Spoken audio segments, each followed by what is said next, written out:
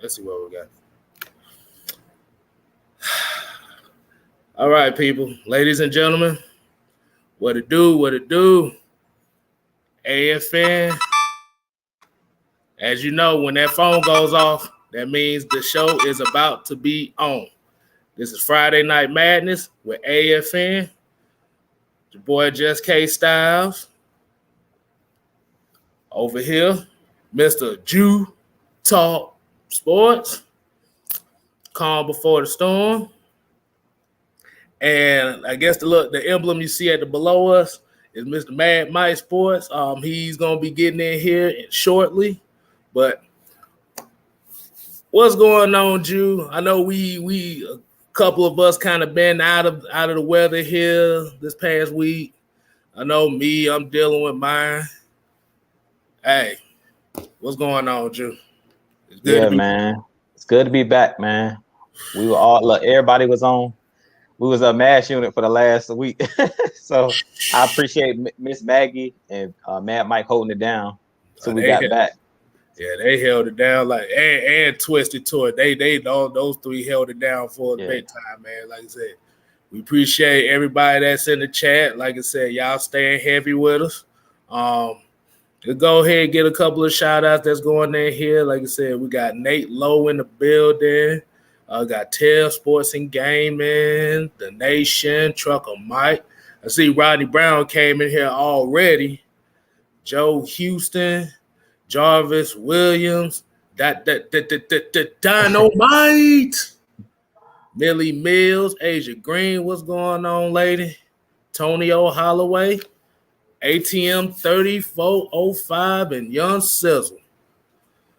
What is Tony Wright? What's going on? What is going on? Now, like I said, we've kind of been out of it for about a week, so we probably pretty much got a lot to talk about. Like I said, Jew, how you been doing? How the family and stuff going, man? Hey, the family is good. But I would be remiss not to say happy birthday to my younger brother. Today is my youngest brother's birthday, so shout out to him. He's the Aries like your boy. My birthday was actually last Sunday, so shout out to my younger brother. He's enjoying his 29th birthday, so shout out to him. Look at Mad Mike popping in. He already popped in. Oh, Mad Science in the building. Okay. All right. But before I get to Mike, like I said, a lot of people probably wonder why I got my eye covered. Yeah, I'm not going to be 100% for this thing tonight, but we're going to hold it down for what we can do. So, yeah, I had to deal with an eye infection for the past week and a half. Almost damn near lost my sight, but taking it one day at a time, man. Absolutely. Good. Glad you back. Yeah, you be back to KSTYLZ. Hey man, right. We got to get you a nickname for the one eye. Hey. I'm just one eye Kstlyz. How about that? One sight, one mind. There we go. We're gonna say one sight, one mind. One sight, one mind. I like that. Hey man, look man, I appreciate everybody for joining us, man. What you got for us, Kstlyz? Well, like I said, since we kind of ran on the CP time as far as the show, I want to kind of get started on. I want to get this out the way right quick. Before we get started, because I ain't been online. I ain't made no video in about a week. Did anybody catch First Take earlier this week? I hope you're not saying. Oh my god. Okay. I didn't. I didn't see it. I heard about it, but I didn't see it. I was afraid to watch it because I knew I was going to be pissed. Okay. All right. So, then, like I said, this is going to take like a couple minutes. So I just want to get this off my chest. They asked Stephen A. Smith. Yes. Hairline A. Smith about the Atlanta Falcons. Okay, phone. God damn it, I see. They basically asked him about what y'all think about the Falcons picking Kyle Pitts at number 4. So you know how the regular media and stuff goes, and like I said, everybody want a quarterback like that. So basically, what they did was he made a comment that kind of irked me, but at the same time, it resonated to what the certain people that don't like Matt Ryan won't say. He basically said that him and T.I. agreed that they just tired of looking at Matt Ryan in an Atlanta uniform. Didn't give no explanation why. He just said I'll do it. I'll give you an explanation why. I'm about to ran on with this shit. Go ahead. Wait. I'm not done yet. Go ahead. This goofy motherfucker said that he talked to T.I. T.I. is the last person that need to talk about Atlanta sports, period. We already know where his allegiance is with Atlanta sports. His motherfucking self. That's what it is. Like I said, he's about as relevant to Atlanta sports as I am to CrossFit fitness. Let's just say that. Okay, so he named all the weapons that Julio, he said, even though Julio hasn't been 100% healthy, he said Calvin Ridley has been a stud. And then he mentioned Mohamed Sanu, which was surprising to me because all this time, all the Falcon takes, he never mentioned Mohamed Sanu until this week.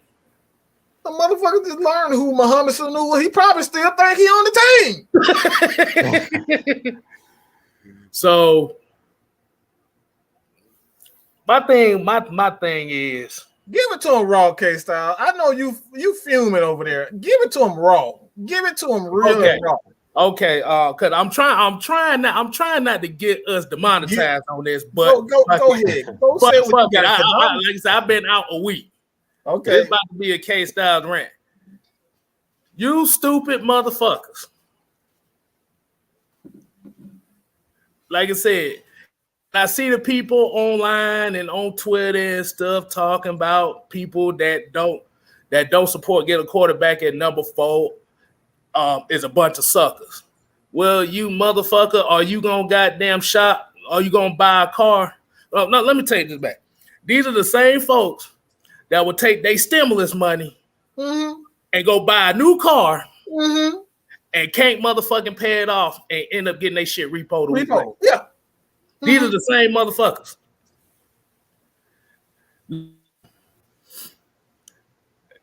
I'm still trying to keep it calm because, like I said, I really can go off. But you know what? They haven't come to see me go off. That's why Mad Mike Sports is in this building. This is the guy that goes off. I'm gonna keep it as PG as I possibly can. But this is what, if you are pro Mike Vick or you are anti Matt Ryan, you're not gonna like what I got to say, and I really don't give a flying. You know what you guys think, because this is the damn truth about this. Is the truth of the matter, and this is what really irks me so much about what Stephen A. I've heard what he said, but I didn't see the video because I knew it was gonna be some biased bull crap. Anyway, the reason why I'm upset with what he said, I'm sick of looking at LeBron James, okay? All right? So I can identify with you being sick and tired of Matt Ryan. However, I would never disrespect this man to say he sucks. I would never disrespect LeBron James to give him unjust criticism when he doesn't deserve it. Okay? LeBron James is one of the greatest players of all time. Anybody who knows anything about me have heard me say, I respect his game. I respect him off the court. He's one of the realest dudes that you ever want to meet off the court. But on the court, he is a straight up biatch. Okay? Straight up bitch. Period. All right? That's just my opinion. But these people that we're talking about Matt Ryan, the guy that's won MVP. Not many quarterbacks, not even the great Drew Brees has won MVP. But you disrespecting this man the way you are, Stephen A. Smith. What really pissed me off about that entire thing is this. You, as a basketball player, know the importance of closing games. Having a guy like Michael Jordan, Kobe Bryant, Allen Iverson, so on and so forth, Magic Johnson. You've seen great players, and you've seen them have to struggle and what they go through to get certain people on their team. Like LeBron had to get D Wade, like LeBron had to get Chris Bosh. You know this man cannot do it alone, but you expect Matt Ryan to be able to do it on his own? That is fucking bullshit. Period.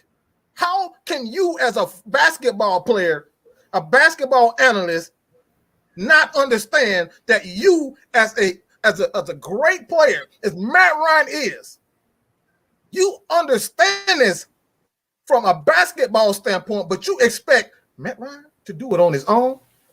And I see stupid ass comments right now talking about, what about Julio? Julio don't play defense. What is LeBron James without Cleveland Cavalier, the shooting guard? I know you know exactly what I'm talking about. Kyrie Irving. Hey, Kyrie. Yeah. I think, like I said, we're gonna kind of woo-side on it because hey, Mike. No. Let me say this. Let me say this real quick. Smithers back.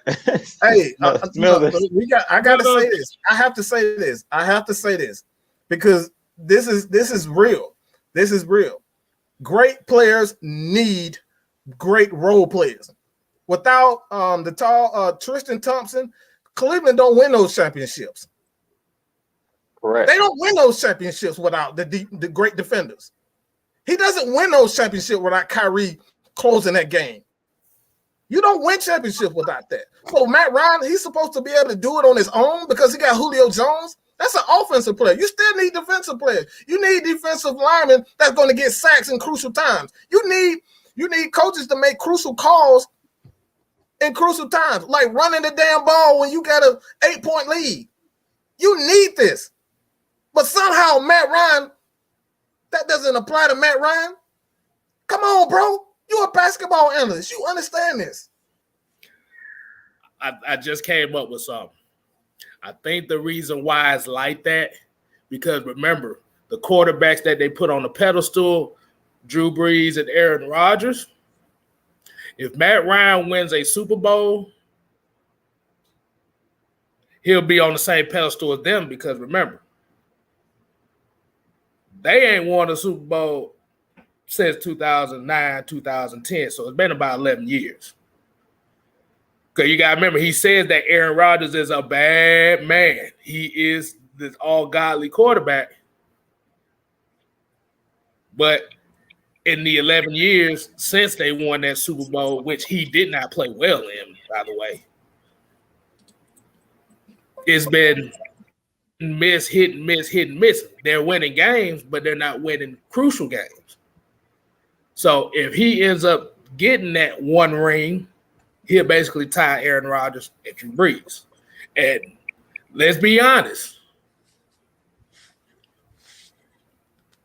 most of the people do not want that. Those Falcon fans do not want that. Let's keep it real. But we got to get that out the system right there because it's taken away from what we need to talk about tonight. Like I said, hold on. You good, Mike? Woosah, Mike. I'm good. I'm good. Okay. Let me be great, bro. I'm good. Right. Yeah, I'm good. All right, so we're gonna talk about Cordarrelle Patterson and Harmon. Let me go ahead and put my boys up here so y'all don't know who these guys is. If it decided it wants to pop up, don't worry about the names being swapped out. I didn't see. You know who they are. On the left, Deron Harmon, and on the right, Cordarrelle Patterson. What y'all think these two moves? You want me to go ahead, Kstlyz? I'll let you go ahead. Go ahead. Hey, I like the signings for both guys. First, we're gonna start with Deron Harmon. A lot of people don't know him because he's not really like a household name. But if you go watch tape on him, he was a solid player when he played in New England. He was in New England for about 4 or 5 years. And one thing you know about Bill Belichick is he likes players that are detailed, guys that fits his scheme, guys that are smart. And for whatever reason, he likes drafting players from Rutgers University for whatever reason. But Deron Harmon is one of those guys that can play both safety positions and he can play the defensive back position. And he's just a guy, if you watch him on tape, that's always in the right place at the right time. He's not the fastest athlete. He's not going to wow you, with speed. He's not going to wow you with big hits and things of that nature. He's always going to be in the right place at the right time to make interceptions. I went and looked at just over his career. He has 19 interceptions, and he had like 3 or 4 seasons where he had 4 interceptions. So this guy, him and Eric Harris, I think those guys are going to be a very good tandem. I think they're bridge guys, guys that can come in as veterans. And I talked about this in the video that I did, because we have a young secondary, especially for our corners, and even with Jalen Hawkins being a young safety on our team, I really think bringing in a guy like Harmon, who has 3 Super Bowls, he has that experience.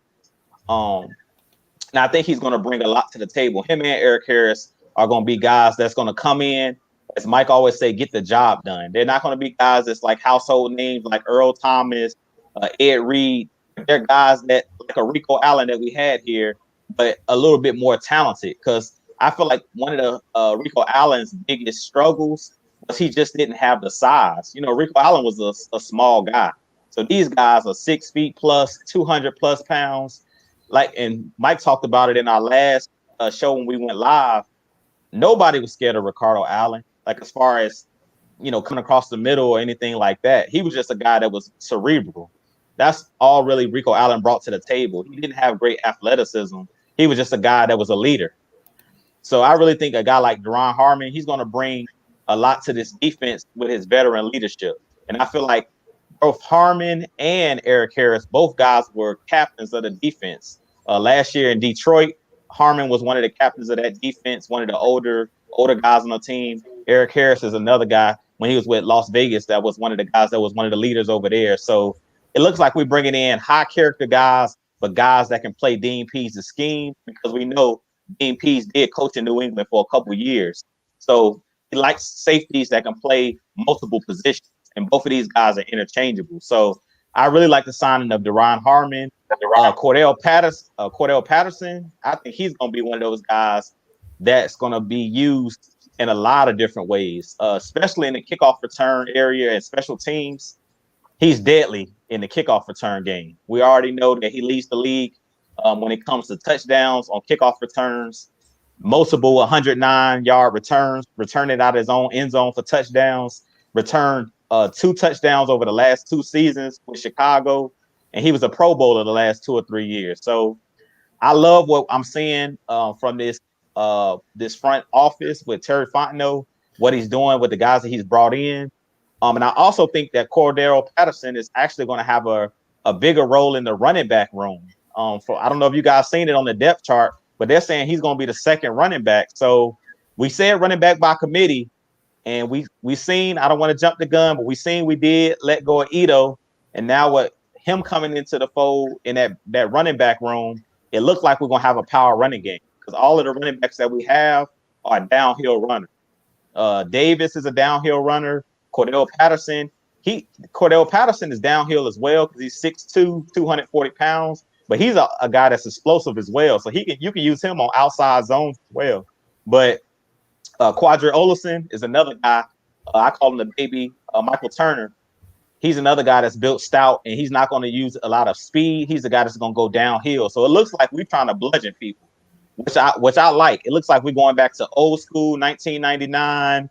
Jamal Anderson type football, where we're going straight downhill. It's not going to be a lot of dancing in the backfield like we seen with Ito Smith, like we seen out of guys like Devontae Freeman, Kevin Coleman. It looks like we're going straight power football.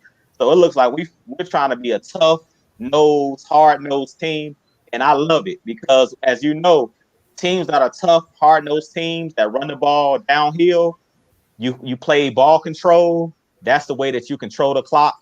That's the way that you keep a defense that's not that good off the field. Keep them fresh. When you have a team that can run the ball, look at the Baltimore Ravens. That style of game that they play, running the ball downhill, and then you can hit teams over the top with play action. I really think this is going to be huge. These guys that we brought in are going to be huge for this team. I think Arthur Smith bringing in his team, that run first scheme, play action scheme, is going to be key to us winning a lot of games this year. And I really think that our defense is not going to be on the field a whole lot because I can see us doing a lot of ball control and keeping opposing offenses on the sideline. All right. So before we get to Mike, let's go ahead and get a couple of these comments right quick. Because I know we there a lot of people are tuning in heavy. They got a whole bunch to say here today. Like I said, a lot of people are happy with the moves. People are excited about, Cordarrelle Patterson kind of being like that X-back, that guy you don't know what he's going to do out there type of guy. Let's see, Tell Sports and Gaming here says they pick up going to be a good addition and give our special teams, offense and defense, a better boost. I definitely agree with that one. Fred Moore Jr. said he loved the signing. Like I said, that's pretty good. Atlanta Nation actually had a good comment. He said Patterson equals field flipper. You might need to put that on the T-shirt. put Patterson's face and then just put field flipper at the bottom. Hey man, I like it, man. I like it. I absolutely agree though. All right. Go ahead, Mike. Tell me what you think about these moves, man. Well, one thing that I've always stated is that it's like oftentimes teams and coaches like to make that splash move to get the fans excited. And this is one of the main reasons why I'm so against Justin Fields. I'm so against Trey Lance, because you're looking for that excitement when you can get excitement from guys like Cordarrelle Patterson. Cordarrelle Patterson is one of those guys that's like, he's just, when you look at him, you're going to get a big play from him. When you get the ball in his hands, he can take that son of a gun to the house at any given moment. This is one of the reasons why I was so against drafting Calvin Ridley. I was against that. Calvin Ridley is a wonderful receiver, but he's one of those guys, he doesn't do the small things well. He's a great catcher. He's a great route runner, but outside of that, what does he provide for you? He doesn't go over the middle. He's not a very good return guy. He's not good at blocking. And oftentimes I question his heart. I don't question Cordarrelle Patterson's heart. I don't question Matt Ryan, Julio Jones, Russell Gage. I don't question their hearts. I question his heart. I've seen him run away from contact. This is what we're talking about by getting guys on the team and changing that culture. It begins with the mentality. You got guys on your team that's running away and shying from contact instead of punching somebody in the mouth or watching Aaron Donald hang little Freeman by the damn balls, essentially. You know what I'm saying? They had that man up in the damn air like a little damn baby, and not one Falcon came up. Not one. They want to come up all late. This is the stuff that I'm talking about. So you can get excitement out of small deals like Mike Davis, Cordarrelle Patterson. These guys right here, this is something that we didn't see from Dirk Cutter. He didn't want to have these guys. You didn't have guys who were good at one particular thing. We didn't have those. We didn't even use Zacchaeus the proper way. He's another one of those guys can turn an end around and take it this 60, get a slant and take it 60 yards. We didn't even put him in position where he can, take a end around and take it to the house. That's what they do. That's what makes Kansas City so dangerous, because Tyreek Hill, you don't have to throw the ball deep with him. You can give him the ball out of the backfield. This dude can take it 99 yards just like that. That's what you get out of Cordarrelle Patterson. That's another dimension with this Falcon team. And it only cost him, what, $2-3 million? That's it. It didn't cost us a fourth round. It didn't cost us a first round pick, a fourth. We got this man for a couple $1 million, and he can essentially come in, play a wildcat. If you need a big play, put him at the wildcat, and anything. He can take that son of a gun to the house. We have that threat now. We don't need Justin Fields, who can run a 4.4 at quarterback, to take it to the house. We can design those type of plays now because we have a Cordarrelle Patterson. You see what I'm saying? So I love the little small. I always say this, and when I say it, y'all gonna know exactly what I mean. The small, intricate details of football. That's what we need, and that's what Cordarrelle Patterson. That's what Quadri Olison. That's why he hasn't been released yet, because the small, intricate details that make your team a better team. You can get that 1 yard on the goal line. You can get that 1 yard in the fourth quarter. Hand him the ball, and that big monster is going to get that 1 yard for you to keep the clock running. That's what Dirk Cutter didn't do well. So I love what they're doing right now.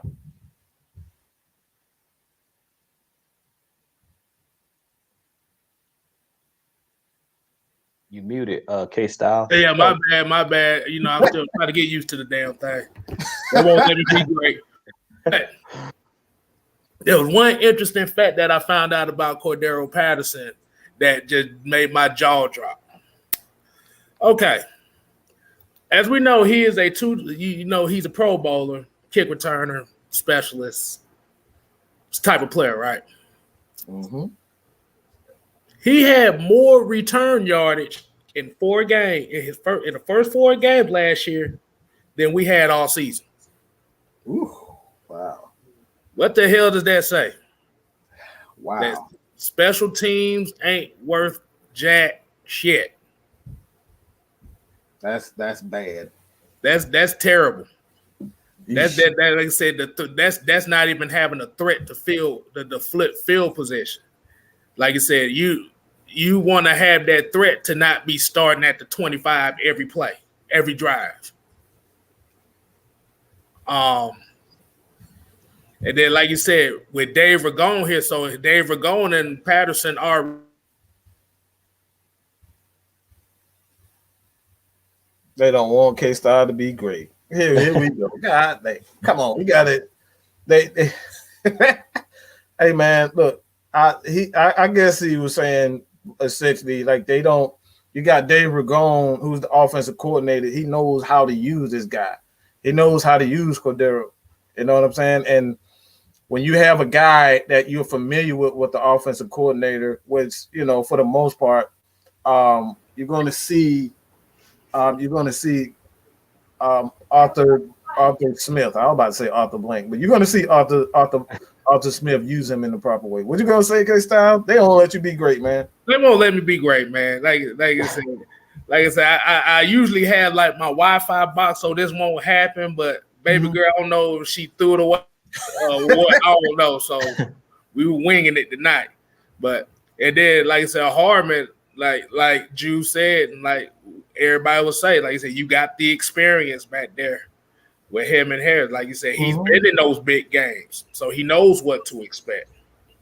Like you said, he's moved around a couple places, but he's still been productive. Mm-hmm. He'll fly in the box. He'll hit somebody. Like he is one of those guys that will cover a side, and you don't have to worry about him being late. I mean, 72 tackles and 2 interceptions last year as a safety is pretty damn good. Oh yeah. Especially when you're not expecting him to be an enforcer, because in reality, this defense does not need an enforcer. We don't need that. Sometimes you just need a guy just to be in the right position. You got playmakers like AJ Terrell on the team. You got AJ Terrell, you got Fourier, and that's Dion. They're the playmakers. All you need is a guy to be in the right position. Grady's gonna be Grady. Right. So we need a guy who can do the small, intricate details of football. We up here trying to find a net superstar when in reality, and I know Jew about to say something, but in reality, we just need guys to do their damn job. Hashtag do your damn job. Exactly. I just wanted to piggyback on what he was saying. It's like that's the biggest problem I feel with like the Falcons fans in general. Like when we're talking about this fourth pick and we talk about Matt Ryan, we want the flashy, shiny toy. We don't want to get the job done. Like what I want to ask a lot of the Falcons fans are, do we really want to win a Super Bowl or do we just want to sell tickets and like be, have the shiny toys? You know what I'm saying? Like it's a lot of teams that are flashy, but they don't win. Like New England wasn't really never known as a flashy team when Tom Brady was there. And a lot of people always say, well, Tom Brady never had great wide receivers. Where they got receivers that fit their scheme and they won numerous Super Bowls. And that's what we're trying to continue to tell you guys here at AFN is like, you don't necessarily have to have 4 superstar wide receivers. When we had Julio, Mohamed Sanu, Taylor Gabriel, we had guys that played roles. They knew their roles. And I feel like that's one of the biggest issues with the team that Thomas Dimitroff was trying to build. He was trying to build an offensive juggernaut, but to me, the guys that we have, they didn't fit the roles. Like we took Calvin Ridley to take the Mohamed Sanu role, but Mohamed Sanu was that enforcer as a wide receiver. He was a guy that wasn't scared to go across the middle. He was a guy that was going to throw an extra block to make sure your running back gets those extra yards. Or Julio, I remember one game, I think that was a game when Julio went for 300. He sprang Julio for a touchdown. It was just like a short slant pattern. Yeah. He ran down the field and just got a clean block on the safety, and Julio was blown up the sideline. It's like those small, intricate details of the game. And that's what he was talking about earlier. We talk about basketball. Like people always talk about Michael Jordan. Michael Jordan never lost. Well, Michael Jordan never lost when he got a team around him. He had Dennis Rodman, and all he cared about was, I'm going to get rebounds. I'm going to play defense. He had Scottie Pippen, where I'm going to guard the best player on the other team. All Jordan really had to do was do what he did best, was score the basketball, because he had guys that understood their role. And I feel like that's the biggest problem when I hear a lot of the Falcons fans, like when they say Matt Ryan can't get it done. If you look at the Tampa Bay Buccaneers last year around Tom Brady, if you look at what he did, he just recruited guys to play certain roles, guys that he had played with. He recruited Gronk. He recruited AB. He recruited guys to put around him, and all of those guys played roles. AB wasn't the AB with Pittsburgh playing with the Bucs last year. He couldn't, catch over 1,000 yards and do what he did. But he came in, he filled a role, and that's what we're doing here with the Falcons. I like what they're doing because they're bringing in guys to play certain positions, play certain roles, and they're not just looking to get that splash signing. Because we seen last year, we had a bunch of splash signings, and what did it get us? 4 wins. We had Dante Fowler. Everybody was all excited. Even me, I was all excited. And we got Dante Fowler on the team. We got Todd Gurley. Everybody was going crazy. We signed Todd Gurley. He's coming back to Georgia. And we didn't do anything. Well, all of those splash signings that we thought in the offseason, we thought we were going to be a playoff team. It didn't get us anywhere. So sometimes bringing in these guys that are role players, understand what their role is, and they embrace that role, sometimes that's the best thing for you. The prime example would be a team like the San Antonio Spurs in the NBA. Woo! They're a fundamental team, but they get the job done. Like they're not the flashy team, but they won 5 championships because they're a lot like the New England Patriots. They get guys that understand the scheme, they understand their role, and they embrace their role. Hey, like you said, the time for pretty football over. Mm-hmm. We just don't. And y'all will agree with me. Like you said, the cookie cutter, soft, Instagram model, offense team that defensive team we done had the last 4 or 5 years. it ain't gonna get it done. One is if the Falcons want to establish some sort of credibility within the NFC South, the NFC NFL, you're going to have to change the mentality and the way that they're attacking this free agency and how they picking, re-signing certain players. They letting me know they want the dogs. They don't give a damn about, like you said, the flashy new cars. Like I said, I'm about to say a damn Hellcat sounds good. But that 93 Toyota Camry runs a lot longer. Right. So, give me that 93 Camry. You can have a Hellcat. Give me that 93. Yeah. I can have that car for 30 years. Mm-hmm. Absolutely. That's it. That's the truth. And guess what? That 93 Camry, I could pay that car is paid for. That Hellcat or that Tesla everybody likes. Mm-hmm. I ain't finna do no 12-year payment to pay that shit off. That 93 Camry. Right. Your baby be paying for that mortgage by the time you finish with that mortgage. She'd be 18 before you finish paying off that damn thing.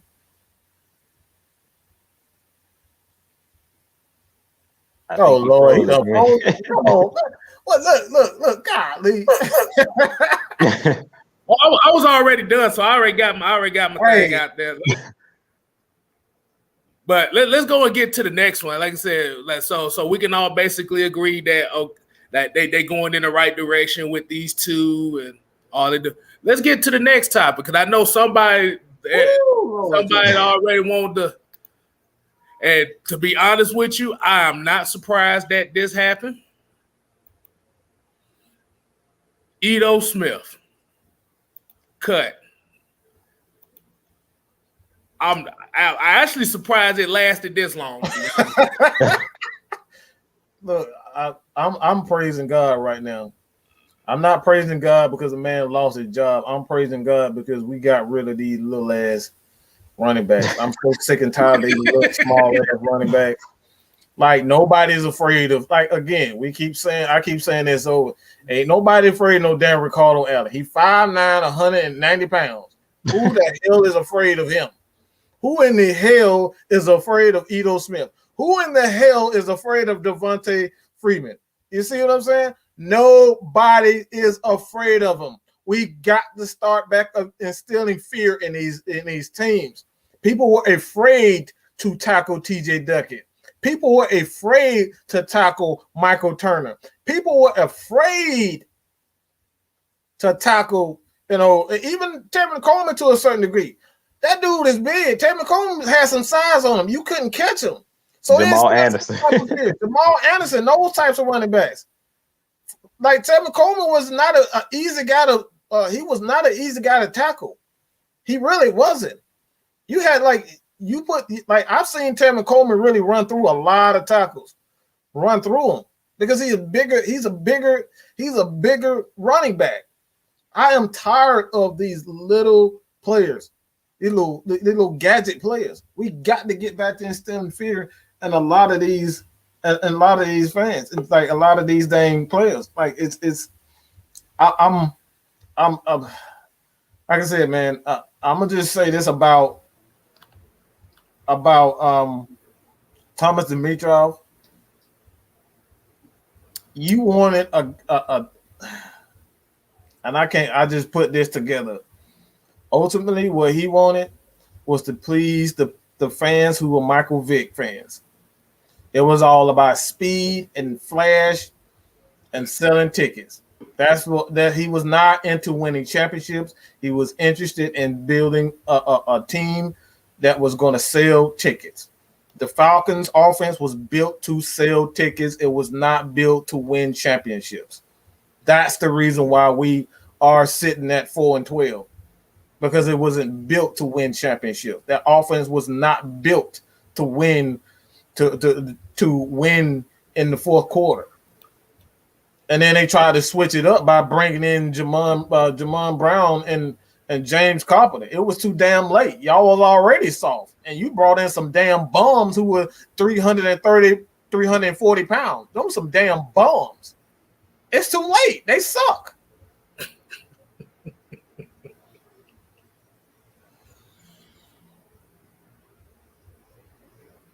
So you got a gay style. I mean, you got a gay style, Jew. That's all I gotta say. What more do I gotta say about them damn? Like, what more do I gotta say about Jamon Brown and James Cropper? We thought anybody afraid them damn bums. We thought you was about to really go in. I was, but I held back. I was. But that was about 300 pounds of pudding back there, boy. Boy, 300 pounds of pudding. I'd rather have Beavis and Butthead at left guard than them two. Bro, that was terrible, man. But Lord have mercy, man. Ito Smith, yeah, like I said, I kind of expected it to happen. Yeah. He couldn't stay, like I said, he couldn't stay healthy. He was nice for what he did. Like you said, he gave you flashes of it, but like you said, the small, intricate details. He can't pass block. You need running backs that can block.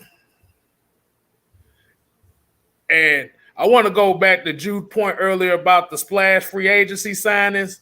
Oh, yeah, Dante Fowler, 2.5 sacks. Todd Gurley, 650 yards and 9 touchdowns. I digress from my point. Getting back to Ito Smith. Yeah, we scat bats are nice, but the best ability is availability. And if you're not available, you getting hurt all the time. This is what they're looking at. They getting rid of all the guys that ain't gonna stay on the field, don't really have no type of versatility.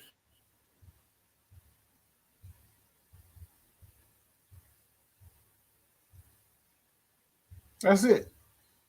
That's what they want. Again, that's like I said, man. That's what they want.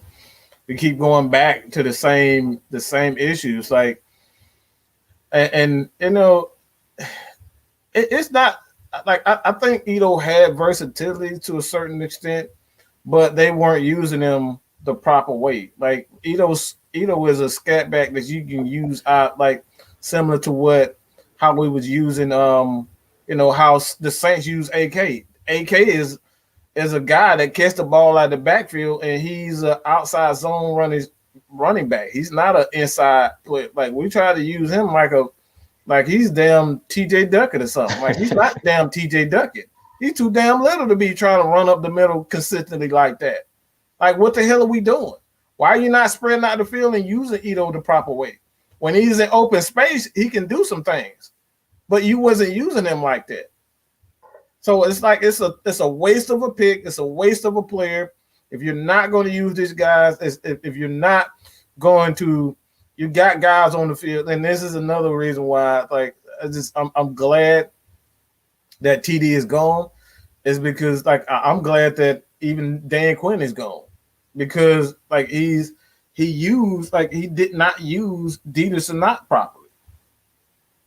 It's not just like, what the hell are you drafting him for if he's not going to play? I'm talking about Dieter Sanat. The dude didn't get any playing time. Why the hell are you drafting these guys if you're not going to use them? It's a waste of a pick.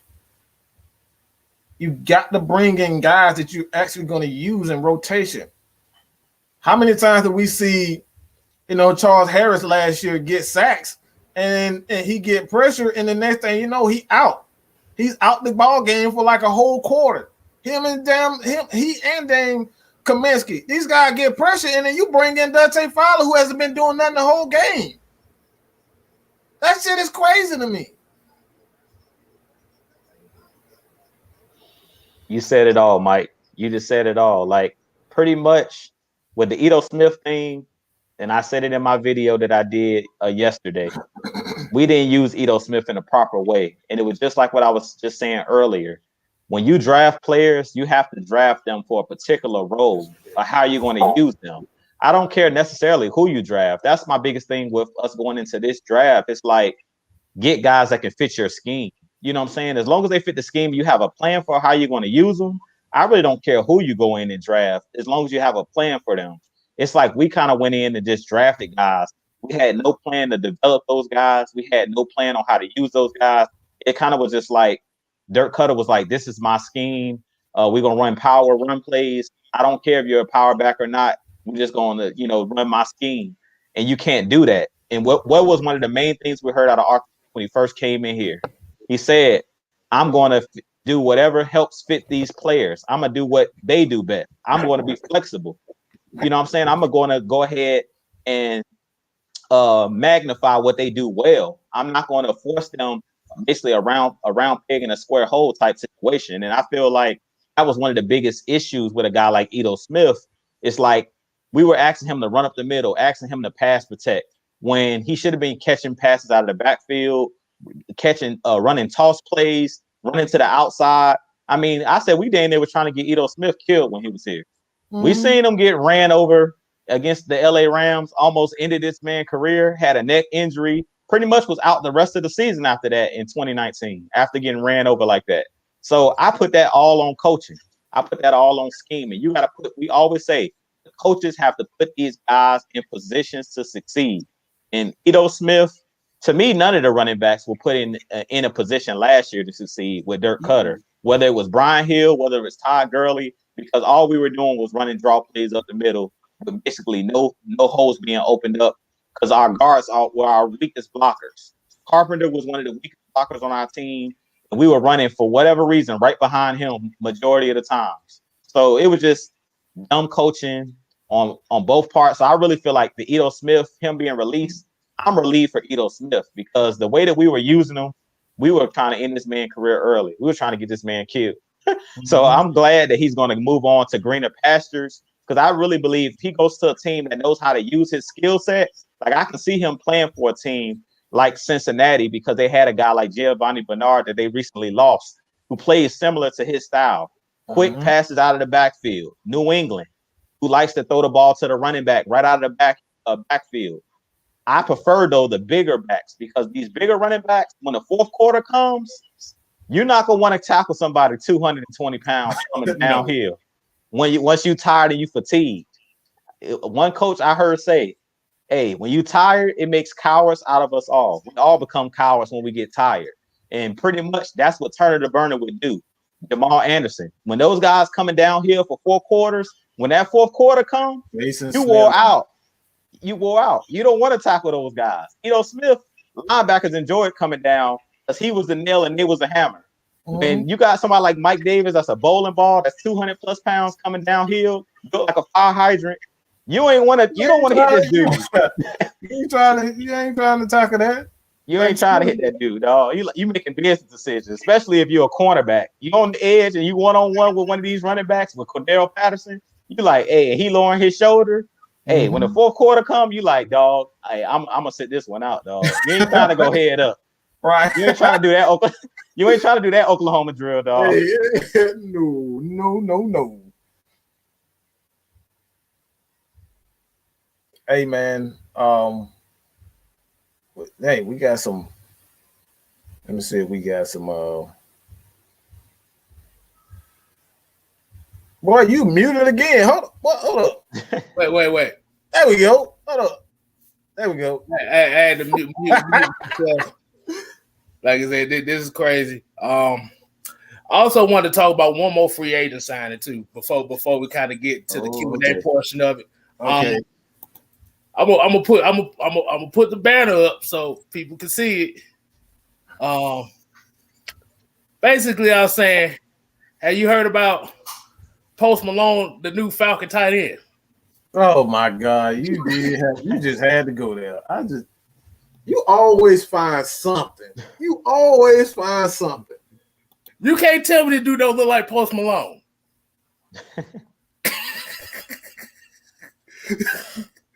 I'm saucing on you. Oh my God, man. Oh man. That man just called his man Post Malone. Post Malone. That's his name. Post Malone. Man, wow. That man really just. I was looking at the banner in the back. I was like, Post Malone. We signed Post Malone. Like we tripping, ain't we? Hey, we don't know much about him, but he's pretty much gonna be one of those training camp, practice squad type of guys. So he's just gonna be back up. It's competition. It's all about competition at this point, man. Like that's one thing I despise about the Falcons, and I just like this is just. I'm not just saying this is all TD. I think it was mostly Dan Quinn's fault. Like he claimed that it was going to be competition, but he didn't want competition. He wanted to babysit Tack instead of push Tack.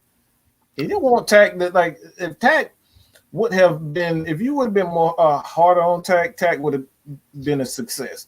I really believe that. He babysitted Tack. He told Tack that he was cute when he really wasn't. You know what I'm saying? You got all them tears in your eyes and oh, it's gonna be all right, baby. You know you are a first round pick. You are a first round pick. It's okay, baby. You're gonna get 10 sacks next year. Don't worry about it. You know what I'm saying? That's what Dan Quinn was. That's what he was with our starters. They absolutely sucked ass, and he said they were cute when they wasn't cute. They fucking sucked. Excuse my French. They sucked. They played like complete ass. And you did not do anything to push these guys. Some guys you got to like, look, brother, you ain't gonna cut it. You gonna have to sit on the bench for a player too. If Grady ain't getting to the quarterback, guess what? Look, man, sit out for a couple of plays and let's see what DJ Sanat can do. DJ Sanat don't do it, you bring in Grady. All right, you just chalk it up to great offensive line plays that day. But if Grady ain't getting the shit done that day, you move Grady around, you done did all this with Grady, and Grady ain't getting the pressure. See what the bench Marlon Davidson can do. See what Kaminsky can do at that spot. You got to put these guys like you got to push these guys. You cannot babysit these guys. We seen them do it with Julio. When Calvin Ridley is cooking, they stop the offense. I've seen the offense stop throwing to Julio when Calvin Ridley is cooking. I've seen them, pass the ball to other guys. You know what I'm saying? Y'all probably think I'm crazy, but I've seen them go to the hot guy on the offense. The defense, I've never seen them go away from guys that is not putting it. So it's like we got to keep that same energy, for the offense and defense. We're gonna hold that expectation for the offense to do this and do that, and Matt Ryan got to do this, and he got to come back. Well, what about the defense? What about all the times that your boy, Holden Alford? All right, Holden Alford. That man held, I don't know how many times held and screwed up momentum, and that man still ain't got bench. We got Bleedy Ray Wilson that's on the bench. He's a solid cornerback, and you did not yank Alford when he gave up crucial time and time again, gave up crucial penalties because he's not in the proper position.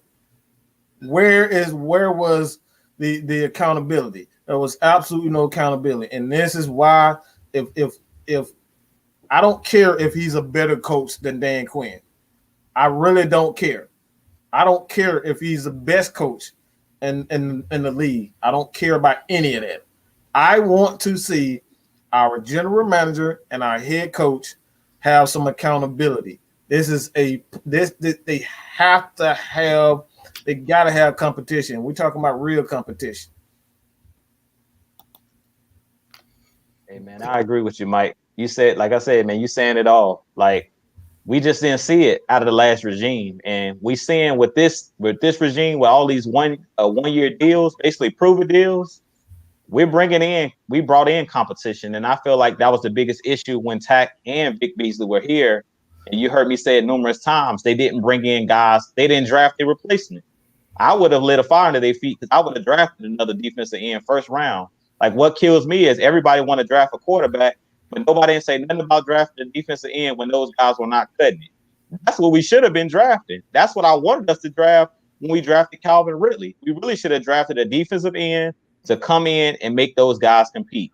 We should have been drafting defensive tackles. We should have been drafting guys on that defensive line to light a fire under those guys' feet, to make those guys hungry. But we kind of just handed those guys starting positions. And that's been one of the key problems with this Falcons organization over the last couple of seasons is we just been giving guys positions instead of making these guys earn it.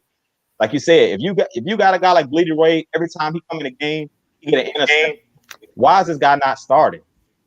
Like we've seen it numerous times in the Bears game. They had all the momentum.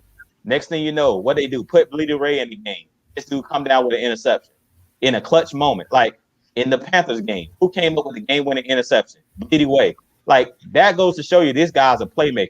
He's not the fastest, he's not the strongest, but he's just like a guy like Deron Harmon that I'm just talking about. He's in the right places at the right times. He's a smart player. So you have to play those guys that make plays. It shouldn't be about what player makes the most money. I feel like that's another problem with us as a Falcons fan base. We always want to talk about somebody's wallet. This guy's making this money, this guy's making that. Like you said, if they're not cutting it, I don't care what their contract look like. Bench them and bring in somebody off the bench, because sometimes that's how you find a diamond in the rough. When it's guys that's not out there cutting it, you bring somebody off the bench. You never know what you got on your bench until you put these guys in live fire. I've heard too many times with the old regime where this guy is not doing enough in practice. Put this man in the game and let's see what he can do when it's live. You never know. You might have a scar on your hand. We never would have known what Tom Brady was if Drew Bledsoe didn't go down with an injury. So it's the same thing with our Falcons. We don't know what we got in John Cominsky. We don't know what we had in Charles Harris because we didn't give these guys opportunities. So we have to continue to give these players opportunities to show what they can do.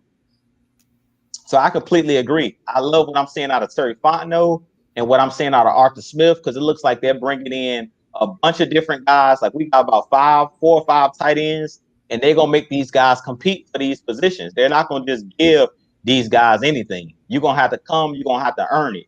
And that's what I feel like all of these players is on notice. We talked about it last season.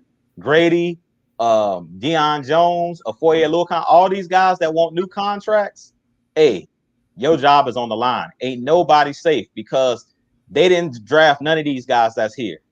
So it's a whole new regime in this thing. So I'm loving what I'm seeing out of the front office.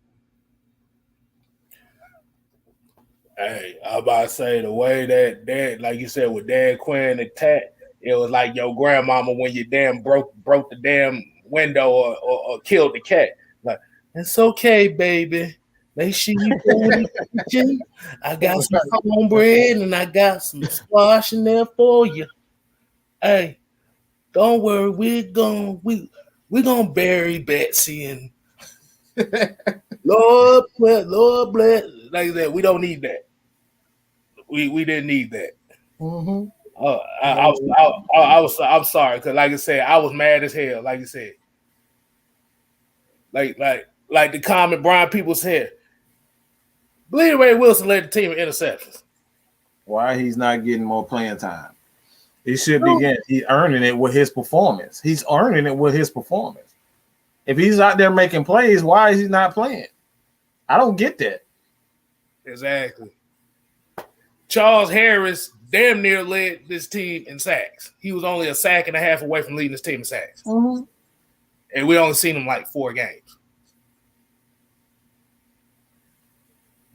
That's a problem. What more can you say about that? It's like, dude, I understand. This was basically that instance of the coach having his favorites and trying to make sure his favorites perform instead of letting the game flow. Yep. That's all it came down to. And I think a lot of players saw, bruh. We saw Tyler Davidson dap up Saints players after they got scored on. And as a coach, I don't want to see that. Remember the video I said that when talking about he made plays? I was like, yeah, he made plates. Yes, he do. He made plays. He made collard greens, macaroni and cheese, all that. Because after that game, I was done with him. We got Mark Godby got a $4.99 super $4.99. Said Fontenot will fill team needs via free agency. He will draft the best at each pick. If Atlanta picks at 4, will it be Kyle Pitts? Dogs. I sure hope so. I sure hope we take Kyle Pitts, because if he's there, and look, we picking at 4. Hey, I'm taking Kyle Pitts hands down. I said if we're not trading back, I want Kyle Pitts on this team. This dude is a generational talent. We've talked about it numerous times. This guy is, look, as long as he stay healthy, knock on wood, this guy could be a Hall of Fame player. He has that type of talent. I'm not saying he's a Hall of Fame already, because he hasn't played a down in the league, but he has all of the physical tools to be one of the greatest tight ends ever. This dude runs a 4.4, 6'6", 245 pounds, longest arms we've seen out of a wide receiver tight end out of that position. Hey, look, this dude meets all the measurables. He knocked all of the measurables, out at his pro day. This guy can run every route on the route tree, runs routes like a freaking wide receiver. Hey, he's a can't miss prospect. It was just like DK Metcalf when he came out, and I seen him dropping in the draft. I'm like, you see this dude's combine? This dude is a freak of nature. This dude was made in the lab somewhere. This dude ain't from planet Earth. Some guys, you can just look at them and see that these guys are going to be stars in the league. He's just a physical specimen. That's what Kyle Pitts is. I knew when I first laid eyes on DK Metcalf at that combine, this dude's going to be a problem. One of the highest verticals, one of the fastest 40 times, and this dude's, 6'4", 6'3", pretty much 200 plus pounds. He's just a physical specimen. So it's the same thing with a Kyle Pitts. Whatever team he goes to, he's going to be successful. And he's a guy that can come in day one and help your team. So I feel like if we want a player that's going to come in from day one and hit the ground running, like as a starter, you go with Kyle Pitts hands down. If you want somebody that can start, that can impact this team right away, and who's going to pull coverage away from guys like Cordarrelle Patterson, the guys like Calvin Ridley, Julio Jones, and who's going to create more running lanes for guys like Mike Davis. Because a lot of people are looking like, well, we may take Travis Etienne, or we may take a guy like Najee Harris. But when you have all of those receiving threats, you don't even need Mike Davis could be the starter. With all of these wide receivers and tight ends we got pulling coverage, we're good with the running backs we got. We can take a guy maybe in the 4th or 5th round as a running back. We don't need one of the top running backs with all of the weapons that we already have on the outside. And if you go out and get a guy like Kyle Pitts, who's going to be a freak of nature in the middle of the field, who's basically going to control the middle of the field, which is basically the most important position in the league now, because we know everybody loves to throw across the middle. That's the quarterback's best friend, throwing the ball to the tight end. When Tony Gonzalez was here, that was Matt Ryan's safety net. So I feel like if we go out and get a guy like Kyle Pitts, it's a matchup nightmare. You can't match up with it. In the middle of the field, he always has a mismatch, no matter what. Even if you double team him, it's a mismatch because of his size. I seen this guy in college being double teamed, still catching the ball. So like, I love Kyle Pitts, man. Like, y'all know I'm infatuated. I got the man crush. Hey, if it was on me and I was making the draft pick, it would be hands down. I would let everybody know right now. It wouldn't even be no, like, you know how we playing it close to the vest? I would let all these other teams know, because I don't know if you guys been seeing Undisputed and all these people are talking about Dallas and Jerry Jones is in love with Kyle Pitts. I would call Jerry Jones and tell him, you can't have him because the Falcons taking him at 4. So unless you trading up to 2, or you trading up to 1, or trading up to 3, Kyle Pitts ain't going to be there. So you might as well stop talking about Kyle Pitts in Dallas. Because if I were the GM, Kyle Pitts would be my pick, man. I would take this kid, man. I love what I've seen from just his tape and what I've seen out of him in college. His tape don't lie. If you go look at the man's tape, it's like this dude is going to be a problem in the league. Hey, like I said, for me, I don't give a damn about the combine. I look at the tape. The tape says everything. We're not going to call him Kyle Pitts. We're going to call him Stretch Armstrong. I don't know. Stretch Armstrong. That's basically how he's built. Since we're saying that right here, I want to ask the people in the chat. I want to ask Mike, and I want to ask Jew here.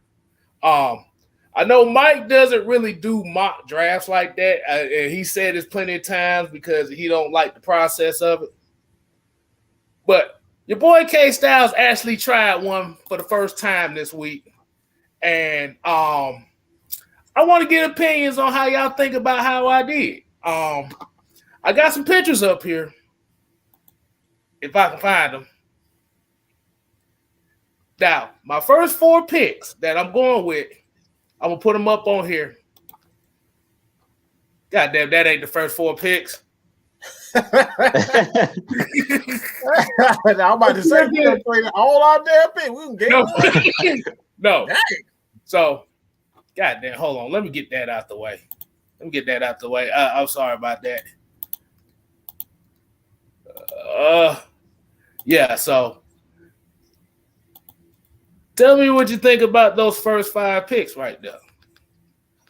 I got Kyle Pitts, I got Javon Holland, Quincy Roach, Israel Makamu, and Sedarius Hutcherson. Now, I know these ain't no sexy names or nothing like that. Ain't no sexy names. I like it. We obviously have a need at edge. We obviously have a need at safety. Even with Harmon and Harris, those are solid guys, but you need somebody that you can kind of groom, so to speak, bring him in packages, like in long, like 3rd and long and whatnot. Bring in Holland to be able to do the fill in there. I like that pick there. I mean, Jude just pretty much said everything that I, thought about Kyle Pitts. Like when you have a guy like Matt Ryan, who is essentially a guy that likes to throw. Like if you know Matt Ryan, if you paid any attention to Matt Ryan, a lot of people think that having a big arm, is the way to go in the NFL. That's like, you can't be more wrong. Like one of the best thing about Aaron Rodgers is not his arm. Everybody fall in love with his ability to throw that Hail Mary plays, but when you look at his passing, like that dude is like his precision passing, be able to throw that fade route, throw that the ball over the middle where only his receiver can get it. His accuracy, like that's what sets Aaron Rodgers apart. It's not his arm. You got plenty of quarterbacks in the league that can throw the ball 70, 80 yards. They can do that. But Aaron Rodgers don't know fade routes with Jordy Nelson. Like they made plenty of plays on the fade routes over like on the sideline where only his receiver can get. That's what set the quarterbacks around. You put a guy like Kyle Pitts with a guy like Aaron Rodgers and Matt Ryan, who like that's what Julio Jones. How many times do we got to replay that damn Super Bowl play? Only a place where a quarterback like Matt Ryan could have made that throw on the run, and Julio went up to go snag the ball. Like you put that monster and Kyle Pitts with him, that's unfair. That's unreal. That's insane. You don't want to give Matt Ryan that type of. You don't want to give him another Tony Gonzalez. That's what the league don't want them to get him another Tony Gonzalez. They don't want that problem. No, you don't want no problem. Matt Ryan with a TD. Matt Ryan, just think about this. Matt Ryan with George Kittle. Just think about that for a second. Big George, a Gronkowski, or Travis Kelce. Picture that. Picture Matt Ryan with those weapons. That is a problem. The NFL ain't ready for that, bro. They don't want those problems. So, like I said, I love it. I love those picks, man. And like I said, as far as the edge is concerned, that's what we need most. If anything, I don't think we can. I really think we have two Marlon Davis. We yet to see what we can get out of him. We got Bullard. I think they can hold it down for the most part. But I think they need a young guy that they can groom, and I think he can definitely be that. So I like those. I like those picks. All right. All right, because I usually suck at fantasy football, so that's why I usually don't. I don't play fantasy football. I don't draft that well, but I know how to work the shit out them waiver wires. I did. After scouting 300 and something players that you're never gonna see again. I trust me. I grew tired of fantasy. I grew tired of those mock drafts. That's the main reason why I'm tired of looking at 300 players that's not even gonna be in the league. So I'm not doing that crap anymore. Y'all can't make me, goddamn it.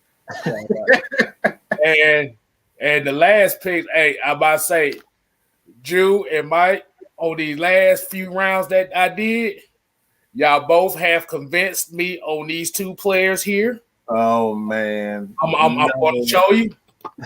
Oh no! Y'all have Bobby Brown. Bobby Brown. Y'all have convinced me. And the whole theme I went with that is versatility and value.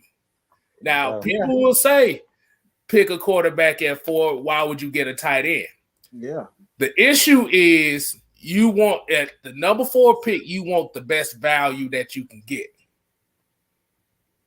Mm-hmm. Now, Kyle Pitts may be overkill, but you have to remember, Hayden Hurst is on the last years of his deal.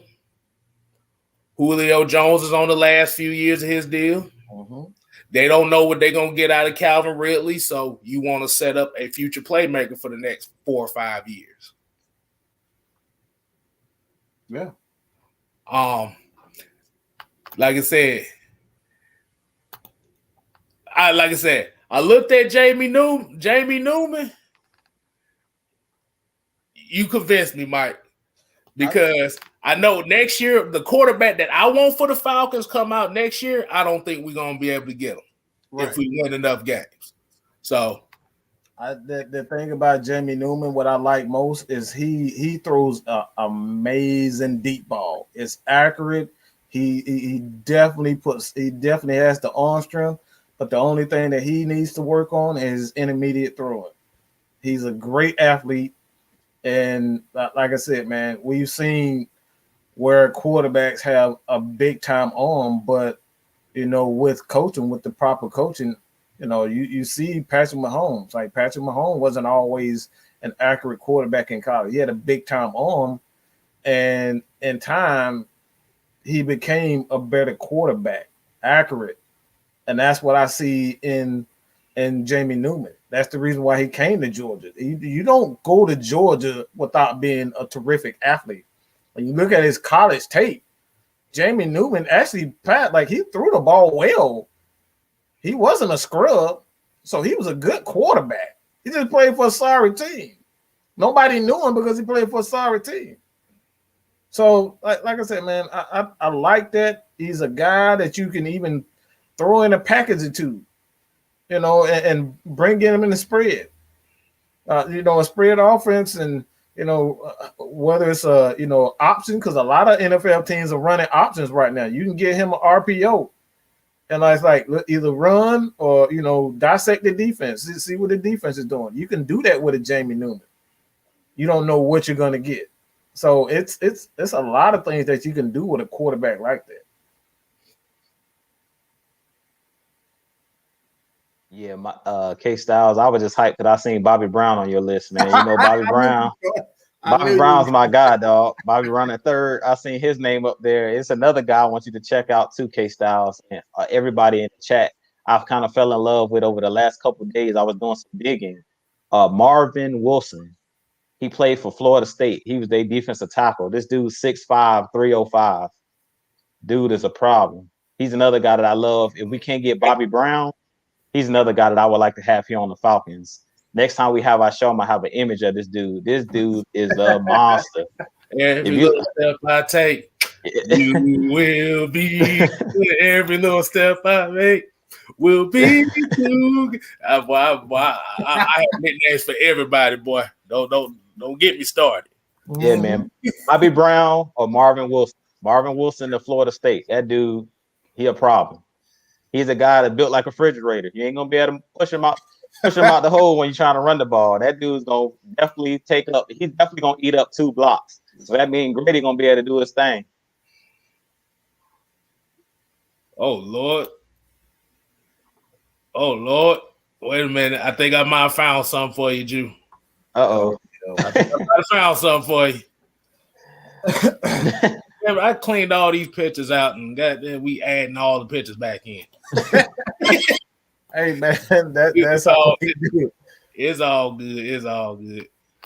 If y'all don't know how big Bobby Brown is, look at the terror in the face of this quarterback. That's a big dude, man. Yeah, man. He getting held like hell. And he still got one arm on the quarterback. He ran 5. Man, come on. That number too little for you, bro. Hey, like the second coming of Derek Brown, wearing number 5. If you got a defensive lineman wearing a single digit number, you know he a bad mother. Oh my goodness. I know everybody talking about Bills and him talking trash about Matt Ryan and everybody else. Like I said, I guess they gave him the 5 seconds of fame on that one. 5 seconds of fame. Oh, let me put the picture back up. Let me put the picture up. That's you, please. 5 seconds of fame. Hey man. Hey man, everybody know you get the business if you don't come here with your facts and your stats and your truth. Don't come here just talking crap, because you're gonna get it on this channel. So y'all better be ready. All right. And that's your 5 seconds of fame. Let's go to the next question. They already started on his ass, so that's why we ain't been paying no attention. They already done. Come on, man. Y'all gotta come. Come on, man. Let's see. Hold on. So okay, so we're gonna pretty much get the Q&As going here. Like I said, Gold Peppers here said Stephen A. and others blaming Matt Ryan for losing Super Bowl 51 proves they don't know their elbow from their assholes when it comes to football. I just never understood blaming one. Like I just never understood blaming one player for a team sport. Like basketball is a team sport. You don't blame LeBron for it. You don't blame, one particular guy. You don't blame Steph for not winning championship. You don't blame, Klay Thompson for getting hurt. Like nobody blames those guys, but you want to blame Matt Ryan for? Come on, bro. Like that's disrespectful. And like I said, man, these media outlets, they have an agenda, and I'm just gonna be real with it. Their agenda, they pissed off because the Falcons won't give them another Michael Vick. Let's be real. They pissed off because the Falcons won't give them another Michael Vick. ESPN made so much money off of Michael Vick. All it was the Michael Vick experience. They came up with that name. ESPN came up with that name, the Michael Vick experience. Right. If I'm not mistaken, it was God bless what is his name, who passed away of cancer. I believe he came up with the Michael Vick experience. Oh, talk about Stuart Scott. Stuart Scott. I believe he came up with that name. They came up with the Michael Vick experience. ESPN did that. So, like, if they want another guy that they can help sell tickets, they can get on ESPN and have this guy, like, be the spokesman for, not the spokesman, but the example or the guy for their top 10 list. Every time it was like Michael Vick was on their top 10 at least 2 or 3 times in an episode. That's what they want. They don't give a damn about winning or losing. They want to be able to get people in, and so they can have ratings. That's what ESPN is worried about. So if I was, look, I'm gonna be nice this time and not say it, but Stephen, they can suck a goddamn egg. All I care. What the hell he worried about? Like, you up here talking about his Matt Ryan fault. You're a basketball guy. Like that's the most disrespectful part about this. You know that basketball is the ultimate team sport, but you're gonna blame one guy in football for not winning the championships. That's just disrespectful, and it's like that right there. You should lose your job for saying that as an analyst. You should lose your job as an analyst to say it's one guy's fault for losing a championship. I would literally fire anybody a part of my organization that will single-handedly say one person was the reason why we lost a championship. You deserve to lose your job. And we're talking about the same guy that on national TV threw the Atlanta Falcons jersey in the garbage and said it was well deserved. Mm-hmm. Exactly. Come on, bro. And remember, this is the same guy that said that Atlanta Falcons is the dumbest organization in football history. This man from New York, but he a Pittsburgh fan. Man, you don't suck my bad. Woosah, Mike. Woosah. That man from New York talking about he a Pittsburgh Steelers fan. Talking about I'm all New York, but you're a Pittsburgh Steelers fan. Man, you don't shut your ass up. Well, you have to remember, quite frankly, did not do well for him. I don't think people remember that show. Yeah, I know. It's the last 2 months before they canned that shit, so he got to say something that appeases ESPN, like you said. What you got, Jude? My bad. What you got? Nah, y'all good. At the end of the day, like I said, I blame it on the media. I don't even blame it on these casual fans that don't know the intricate details of the game. I blame the media. And the reason I blame the media is because we said it numerous times here on AFN and on our channels that the media wants a storyline. We continually said when we seen the Buccaneers win the Super Bowl, Tom Brady always gets all of the credit when his team wins, and when his team loses, he gets none of the blame. How many times have we seen this last Super Bowl? Tom Brady didn't deserve the Super Bowl MVP, but he got it. How many Super Bowls have we seen Adam Vinatieri kick the game-winning field goal? The first 3 Super Bowls that they won, Adam Vinatieri kicked the game-winning field goal. The Super Bowl against Seattle, Malcolm Butler caught the game-winning interceptions. He didn't even. I don't believe he even got the Super Bowl MVP for that. But he saved the game. They were on the 1-yard line. And what did we see from the Seattle Seahawks? The same thing that I'm talking about. They wanted a storyline. They wanted narratives. They wanted Russell Wilson to win the MVP. So what did they do? Instead of handing the ball off to Lynch, to beast mode, they allowed Russell Wilson to throw a slant pattern because they wanted him to be the hero. It's all about the storyline. We've always talked about this, and that's the problem. That's the reason why all of these guys on ESPN are being irresponsible, and they're misleading these casual fans that believe, man, Tom Brady's the GOAT. Tom Brady did this. Tom Brady did that. But I just named 4 Super Bowls where he didn't even make the game-winning play. He has nothing to do with Adam Vinatieri kicking a game-winning field goal. He had nothing to do with Malcolm Butler getting that game-winning interception. He had nothing to do with his defense against the Buccaneers not allowing the Chiefs to score a single touchdown. They kicked 3 field goals. And we sitting here, Tom Brady's the GOAT. Tom Brady did this. Tom Brady did that. Tom Brady didn't play great in the Super Bowl. We sit there, we watched the Super Bowl. It gave him flags all up and down the field to the point that Ray Lewis, one of the greatest, if not the greatest linebacker of all time, clearly said, I cut the Super Bowl off after they called those pass interference against Honey Badger. He said he cut the game off. And everybody was calling me a hater when I was saying Tom Brady's not the GOAT on my channel. Man, Drew, you hating. No, I'm not hating. This is the GOAT linebacker of all time. This is one of the greatest defensive players of all time. And Ray Lewis saying, I cut the game off because how can you even play? He even said, you can't play the game of football the way that they were calling flags. How can you play the game is basically what he was saying. If you're not going to let these guys play, you're going to keep giving these guys everything, all of the flags.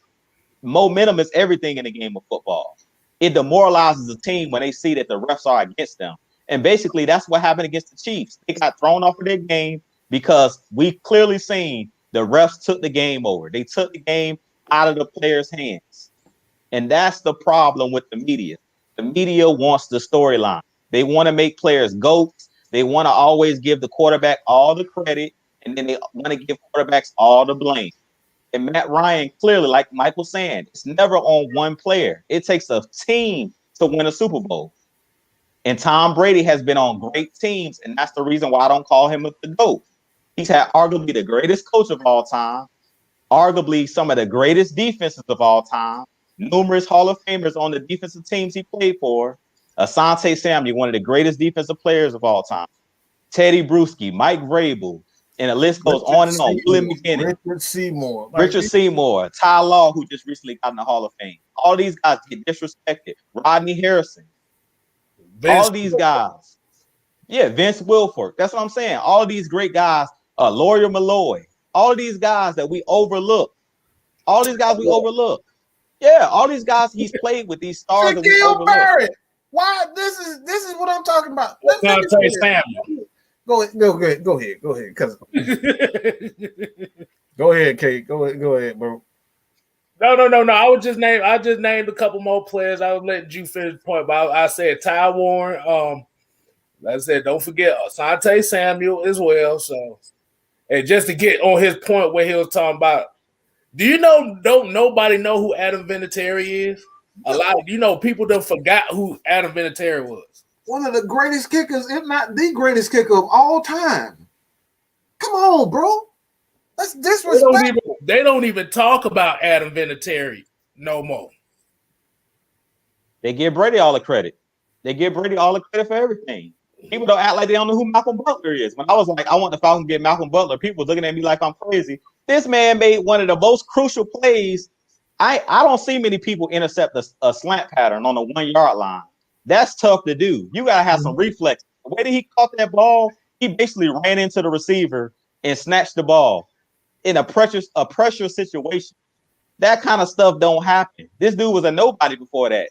That got that man a big contract. So I'm like, a lot of the times, all these guys that we're seeing, they get disrespected. The whole Tampa Bay Buccaneers last year defense got disrespected in that Super Bowl. That's where I was going with that, and that's exactly what I was going with. You got guys like, and this is where I totally thought they dropped the ball with this, and like it really pissed me off to see even Shaquille Barrett take a lesser contract just to stay with them. I like he deserved better than what he got. I would never trade after I won a championship. I'm not trading the potential to make big time money for nothing. I've already got my championship. This man was the reason why they went to the NFL, the Super Bowl. Shaquille Barrett, from the soon they hit the damn playoff, this dude was getting sack after sack after sack, pressure out the ass, and nobody was like, nobody gave the Bucs defense any credit. Nobody praised Todd Bowles for putting that defense together. That defense has been top 3. That defense has been top 10 for the last 3 years, and Tom Brady comes in that 1 year and he gets all the praise for it. Where is all the love for Todd Bowles as a great coach? And don't forget that offense was a top 5 offense for the last 6 years. And Tom Brady get all the credit for that. No, the coaches didn't know. Like, man, come on, bro. I'm just it's to the point where like y'all can say hating all you want to, and I know that when it comes down to it, championships is where you quote unquote say that these guys are the GOATs, but we cannot sit here and say that this man is not one of the luckiest son of a guns in the history of the game, because this man has had every opportunity awarded to him. He's had great players. We just named all the great players. We just had one of the luckiest and most disgusting plays in the history of the game, talking about the tuck rule. That shit was straight up hot ass garbage. These motherfuckers, these literally made up a damn rule in the middle of the game. Who in the hell has heard of a damn tuck rule in football? I played all levels of damn football. I've never seen someone say a tuck rule. Who the hell said it's either a fumble or it's a damn fumble? That's it. AB fumble. ABC is a fumble. And you trying to tell me that's a tuck rule? When have you ever seen that in a high school game, a peewee game, a tuck rule? Who comes up with that? I'm gonna do you one better, Mike. And then Vinatieri came back and hit a field goal in the snowstorm to win that game. and we gave Tom Brady the credit for it, who fumbled the game away. He kicked a field goal against winds that was up to 30 miles per hour in the snow. In the snow. In the goddamn. But Tom Brady is the GOAT. Come on, bro. And Vinatieri hit 3 game-winning field goals of at least 45 or more. 3 straight years. Yeah. Disrespectful. But if we get down there and that's Matt Ryan and our kicker missed the field goal, guess what? That's Matt Ryan's fault. Nah, it's Matt. It's Matt Ryan. It's Matt Ryan's fault that 285 traffic fucked up. So be real. And Robert Bennett just got a great comment. Go. Oh, I got it right here. All right, go ahead. Yeah. My bad. Put it up. Yeah. Hall of Fame kicker Adam Vinatieri, Willie McGinnis, Ty Law, Rod Woodson, Mike Vrabel, Teddy Bruschi, Vince Wilfork, Asante Samuel, team coach, Tuck Rule. And then we ain't even talking about the guys they added afterwards. Akeem Darrell Reed, Collins, Jamie Collins, Brandon Spikes. Like, they knew how to build that team. And then we ain't gonna talk about all the scandals. Spygate. The Flakegate. Well, they were guilty. They were guilty of cheating. They admitted to cheating. I forgot one. Shanahan Gate. He lost his playbook and he put in Bill Belichick. Put in Bill Belichick backpack. And then they tried to get on our case about Noise Gate, about Noise Gate didn't help us none. We still lost. So what the hell does that mean? Exactly.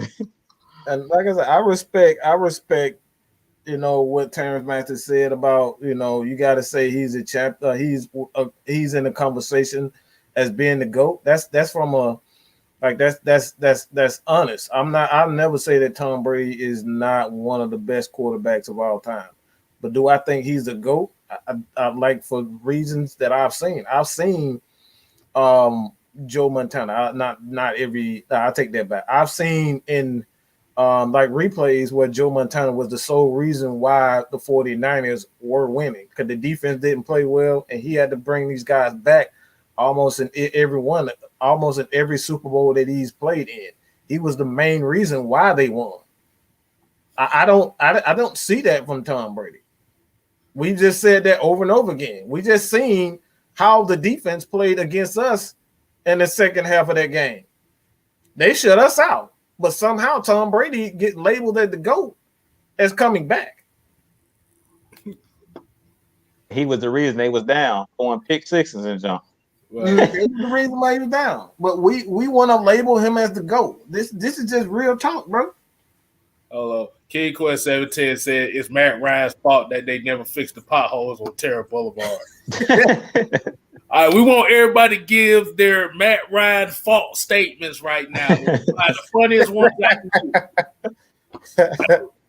We're gonna get that train going. So all the because I saw on Twitter somebody was saying that Super Bowl rings matter with a quarterback, but somebody called him out and said, so you're basically saying that greatness is dependent on the ring. He said, don't put words in my mouth.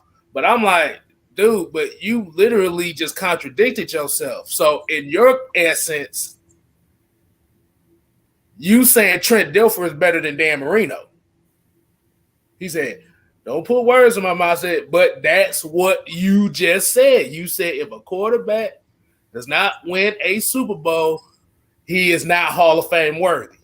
And this is how a lot of those folks kind of think, but it's like, dude, Dan Marino, Dan Fawkes, Fran Tarkenton. I guess we forgot that Jim Kelly, who lost 4 Super Bowls in a row.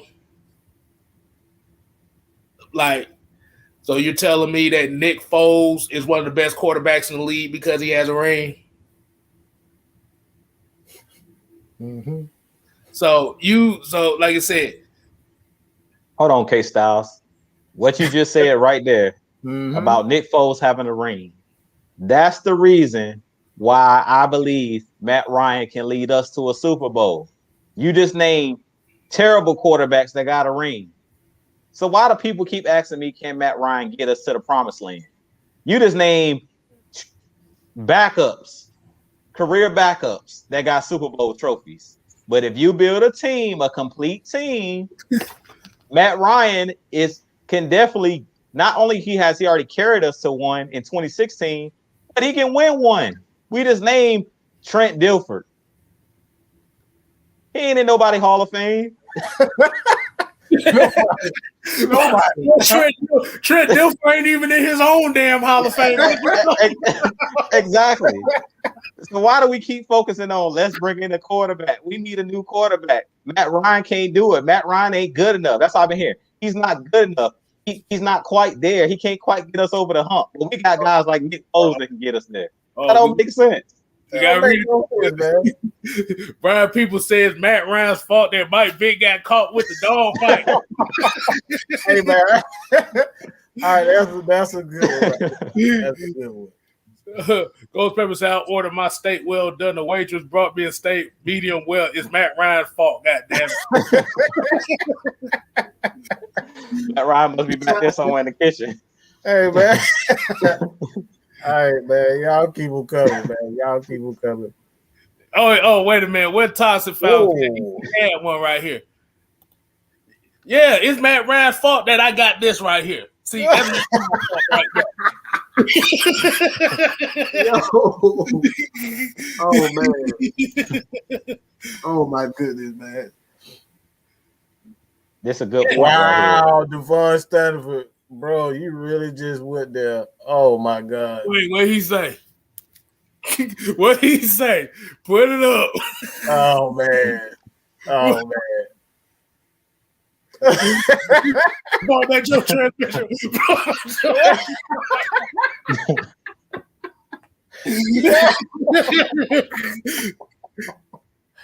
Oh, all right, that's a good one, man.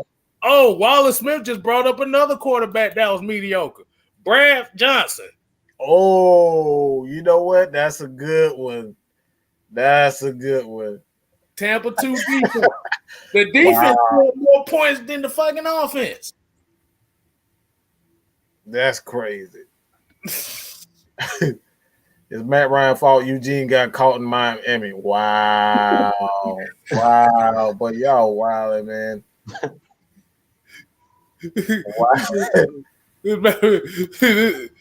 Oh, yeah, Joe Flacco was mediocre too. Joe Flacco was mediocre. I don't give a damn nobody else said. Nicholas Williams said the 85 bridge collapse was Matt Ryan's fault. And Miss Maggie T is gonna decide which one is the goddamn winner. So leave that to her because I'm laughing my ass off at all these. They wildin' with this one, y'all. Man, Ryan, wow. See, I'm gonna tell y'all something about the whole Usher money thing.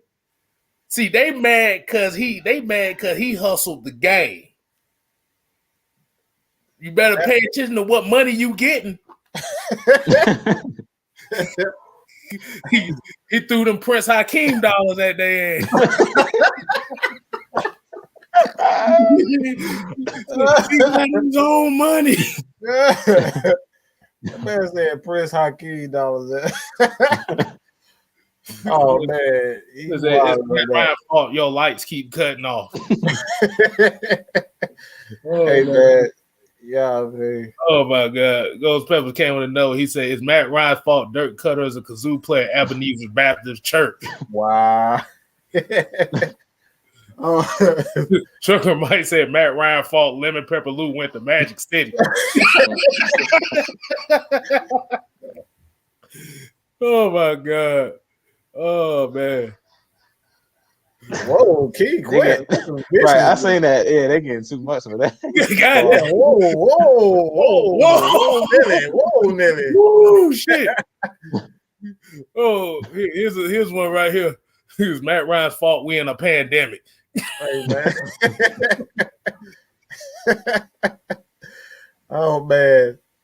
Bills is a little bit hostile in there, ain't he? Just a little bit hostile, ain't he? What's going on, man? What happened? Need a damn hug or something, bro? We're gonna hug. We got to play a Barney episode. I love you. You love me. You're happy family.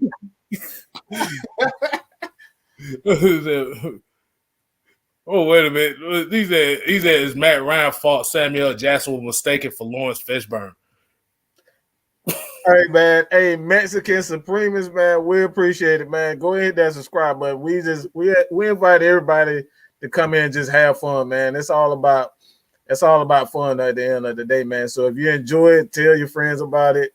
You know, go ahead and hit that subscribe button. We truly appreciate it. And anybody that is new to AFN, Mad Mike Sports, Jew Talk Sports, Just Kstlyz, Miss Maggie T, Twisted T, all the links to everybody's channel will be in the description. We'll truly appreciate it, man. Hold on. Mike's favorite guy is back. He said,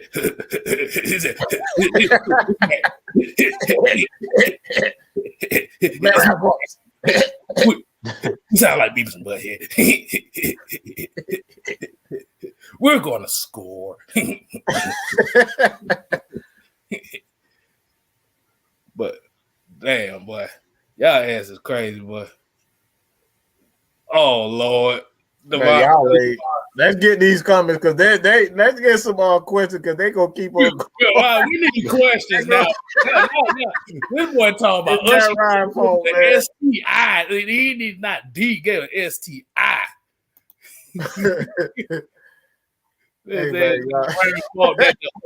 Matt Ryan's fault that the underground is gone. Wow. He said Matt Ryan's fault that cocaine's a hell of a drug. All right, we done. I'm done with y'all now, bro. Y'all killing me. So let's go ahead and get these questions in for these final few minutes, man. Questions about whatever. Don't matter. I think we done started so good. Everybody ain't trying to hear nothing. Hey, man. Oh my God. Yeah, they ain't trying to stop, man. He said, I heard Matt Ryan's fault Marshawn Lattimore got arrested. God. Ooh. Yeah, I don't want to claim that one. Hold on. That Dynamite said, which round do you expect us to draft a running back and who? Ooh. It'll probably be around round 3, maybe round 4. I think it may. I think it might be around between 3 and 5. It is either be Chuba Hubbard. I think it'd probably either be Chuba Hubbard, Ramondre Stevenson, or what's that cat from Memphis? Was it Kenneth Galloway? Yeah, that's the guy that I actually had. I actually had him coming. I really love him. He's one of those guys that I had in my early mock. Okay. We got a question right here. AJ Evans said, would you rather take Pitts or 3 firsts this year, including 2 futures? Hey, it depends on who getting the trade. Like I said, if they want that number 4 pick and they want Pitts, you better give me all the ends, all of it. Your wallet gonna be dry if you want that 4 pick. Like you said, let's say you want Pitts, you can't have them. But if you want them, you better give me your house. Yeah, I want everything. That's it. Hey, we want a quarterback's ransom. Exactly. Let's see what else we got here. Let's see. Tony right here says there's some good veteran free agents still out there, Jew. Should we try to sign one of them after the draft? I say yes. What do you think? Guy that I wanted, that was on the free agents market, just got signed a couple of days ago. I wanted Alden Smith, but he signed with Seattle. He was a guy that I had my eye on because I didn't think it would cost too much to get him because he's in his 30s now and he's a little bit past his prime, even though I think he got a lot left in the tank. Because, you know, he retired for a couple of years because he was struggling with substance abuse, but he came back and played well with Dallas last year. He was a guy that I was really looking at for the Falcons to sign. But I think that it is still some interesting names out there, but I don't really know how much money that we have left now with giving Cordarrelle Patterson at $3 million. I think Cordarrelle Patterson will possibly turn out to be one of the best signings for our team. Him and Mike Davis. I think those are two signings that a lot of people, well, other than our safety signings, I like the safety signings too, but other than Cordarrelle Patterson and Mike Davis, I think right now everybody are looking at those signings like, they are okay players. But I think that Mike Davis is a guy that can rush for over 1,000 yards. I think a lot of people are sleeping on him, especially in this type of scheme. And then I think a lot of people are sleeping on Cordarrelle Patterson because I think that they're going to try to use him like a real running back. Like I think that they're trying to make him like, not just like how the Bears was using them every so often, because the Bears kind of used him because they had a bunch of injuries. But I think they're finna try to turn Cordarrelle Patterson into like a running back, like a real deal Holyfield. So if that's the case, I think those two signings that we already brought in are the two signings that's going to be the splash signings that we already got. So I really don't see the Falcons going out there and bringing in another huge, vet that's going to come in and make impact, unless you bring in a guy like Richard Sherman or somebody like that. And personally, I don't want Richard Sherman. To me, he's way past his prime. And I told you guys, I don't want no more old retread.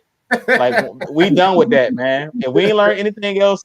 And I love me some Todd Gurley. I think Todd Gurley is a great person. I love like his interviews. If you watch his interviews, you could just tell that Todd Gurley is a cool dude. But he just, he doesn't have a lot of tread left on the tires. I think Todd Gurley, he's not what he once was. You know what I'm saying? And I thought that he still had more in the tank. I do think he still can play in the league. I just don't think he's not Todd Gurley anymore. Like when he was at Georgia, when he was at the Rams the first couple years. And that's what it is with some of these guys like Richard Sherman and some of these old retreads. I don't want none of those guys. So I think the guys that are out there on the market, it's going to be somebody that we're not expecting that might come in and have a bigger role than you're expecting. And I think Cordarrelle Patterson and Mike Davis are going to be the two splash signings that nobody's paying attention to. But after this season, they're going to, like Mike Davis, I think is about to make a name for himself, him and Cordarrelle Patterson. So, but my question would be is, are running backs really built like that anymore to really be taking that kind of abuse? Like, do you think it's more so of the game, the players being bigger and faster now that the physicality is taking more of a toll? Or do you just think that the players are just not conditioned to really I think it depends on the player. Like what Mike was saying, we had so many small running backs. Like you look at the guys that last in the league, like Adrian Peterson, like King Henry. Yeah, eventually those hits are going to take their toll on you. But if you a guy that's smaller, you better know how to get down. And that was something that Warwick Dunn understood. He understood that he needed to preserve his body, so he didn't take a lot of big hits. But I feel like the small running backs that we had, they didn't know how to protect themselves. Like if you look at Ito Smith and Devontae Freeman, them guys ran like with their hair on fire and they didn't protect themselves. So that part of that was their problem because you heard Warwick Dunn tried to work with, Devontae Freeman that was telling him, you can't take that punishment that King Henry takes. King Henry is built like a Mack truck. He can take those hits. Mike Davis is built, sturdy. He can take that kind of punishment. But when you're a smaller guy, you barely 200 pounds, and then you don't know how to protect yourself and get down, you always fight for extra yardage, you're going to take those big hits. And I think that's really what cut down on these guys that we had's career. Like Devontae Freeman, Ito Smith, I really don't see those guys playing long in the league if they continue to play the same style. They have to change their style. They don't change their style, they're done. I'm glad you said that because this is a conversation that I had with a few of my friends. I don't think it's necessarily just the Falcons. I think that's the new wave of the NFL. And like Terrence was saying, a lot of these coaches are failing these players. They don't teach these guys to protect themselves. They just say, go out, make the splash play, look good, look cute, and be in the highlights. You can tell that that's what they're teaching them because they're not doing the like one thing when you look at Barry Sanders, like Barry Sanders is a perfect example of not taking a big hit. Barry Sanders is not going to let you get a big hit on him. He's going to juke you to get out of weight or get out of bounds. You look at Emmitt Smith. Emmitt Smith, yeah, you know, he was very elusive. He didn't allow you to hit him. You look at guys like, you know, I say even with Mike Allstott, y'all probably think I'm crazy when I say Mike Allstott. Mike Allstott, what Mike Allstott was, he was a big physical guy, but when needed, that dude would try to juke you. He's not going to take on a hit unnecessarily.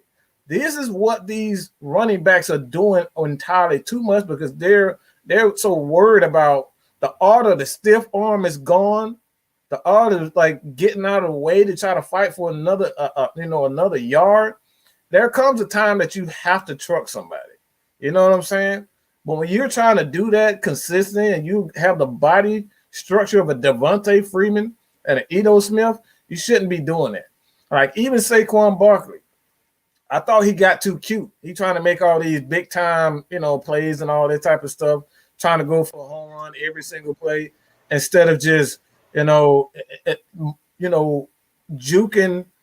or, like you were saying with Devontae Freeman, what Warwick Dunn was like, sometimes you got to live to fight another day and stop trying to make that home run play every single play and trying to knock over like Bull, run over guys that like 240 pounds.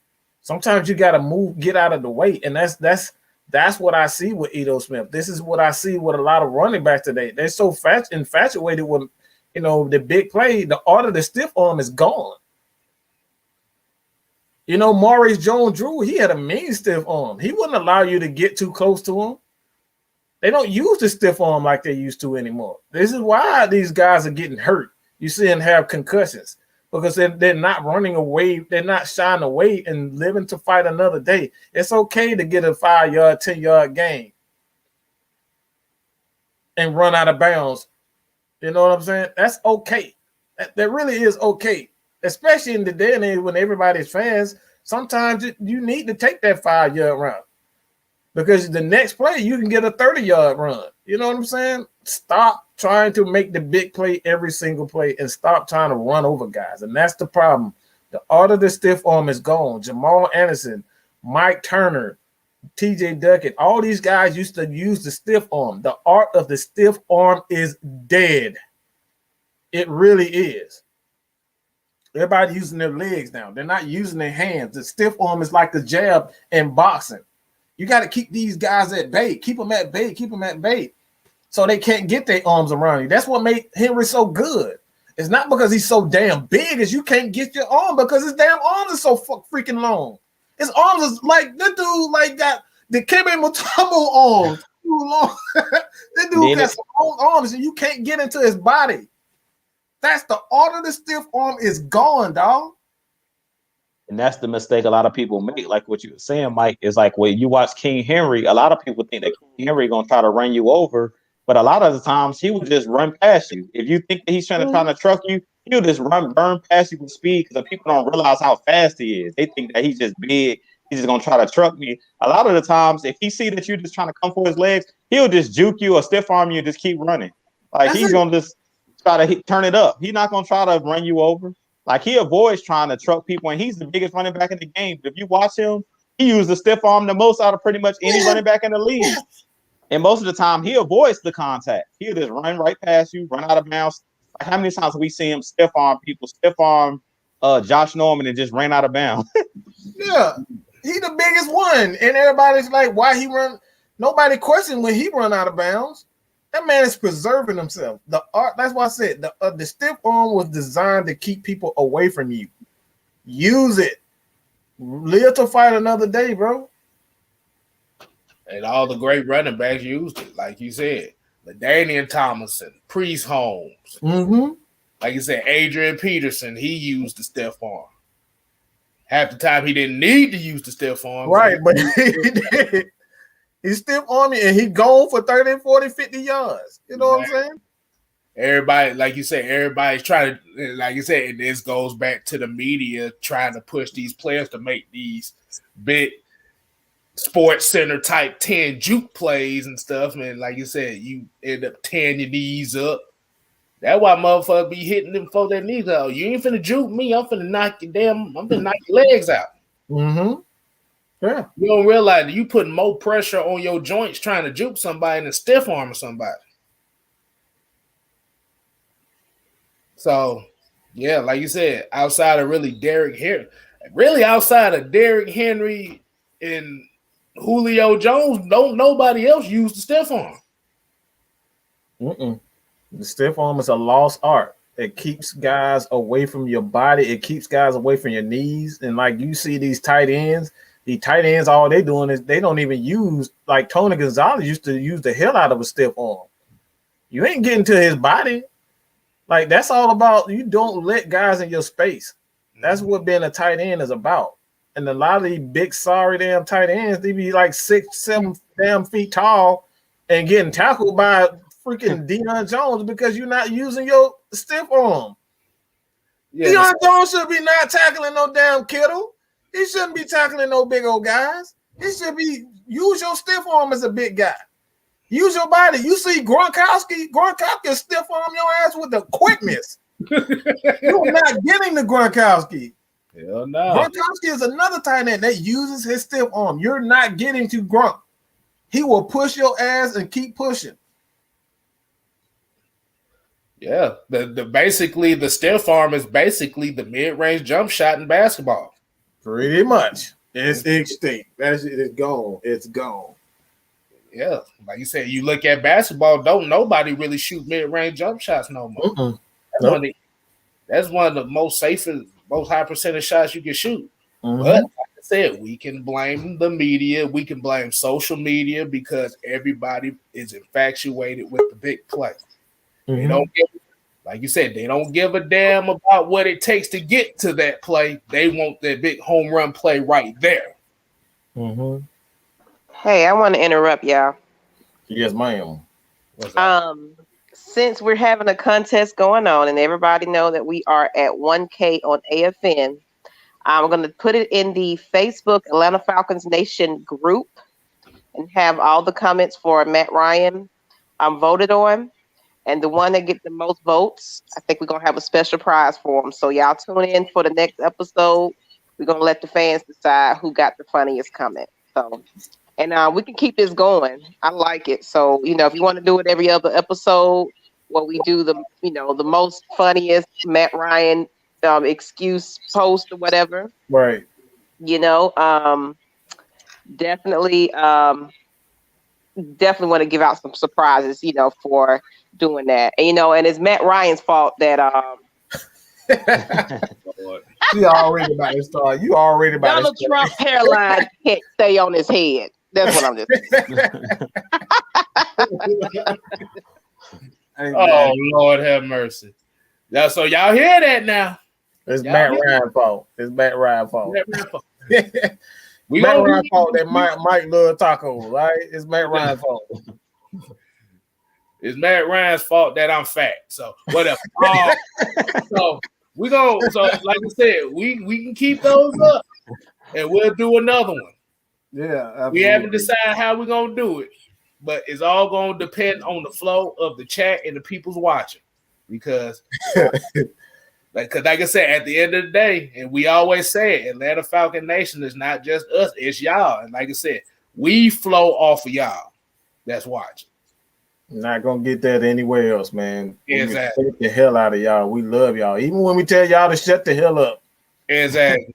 Especially me. I just call y'all goofy ass motherfuckers. I don't say no, but at the end, like I said, at the end of the day, this is one of the few Falcon shows to where we actually are letting the people are actually part of the show. Absolutely, man. Wallace Smith says Matt Ryan's fault that the Georgia Dome got blown up. Y'all want to go ahead and wind it down, man? Yeah, man. Let's go ahead and wind it down, man. Like I said, final thoughts or anything from either one of y'all. Like I said, we tell the people we appreciate tuning in. Like you said, you follow Mad Mike Sports, Mad Mike Network, Jew Talk Sports, Miss Maggie T, AFN, hey, just Kstlyz. Hey, we already hit 1K. We on the road to 2K. Mm-hmm. That actually sounds pretty fine. We already but we about to hit 2K. Hey. So hey, man, let me just say this. I gotta get this out.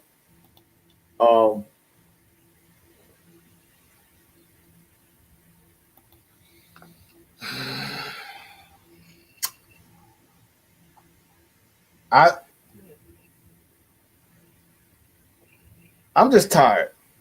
What am I tired of? We gotta stop as Falcons fans. We just gotta stop. We gotta stop blaming one person for everything. I understand that your need to want something different. I truly do. Like I said, I'm so sick of looking at LeBron James. I don't like anything about him. I don't like anything about his game. I just think his brand of bully ball has been pretty much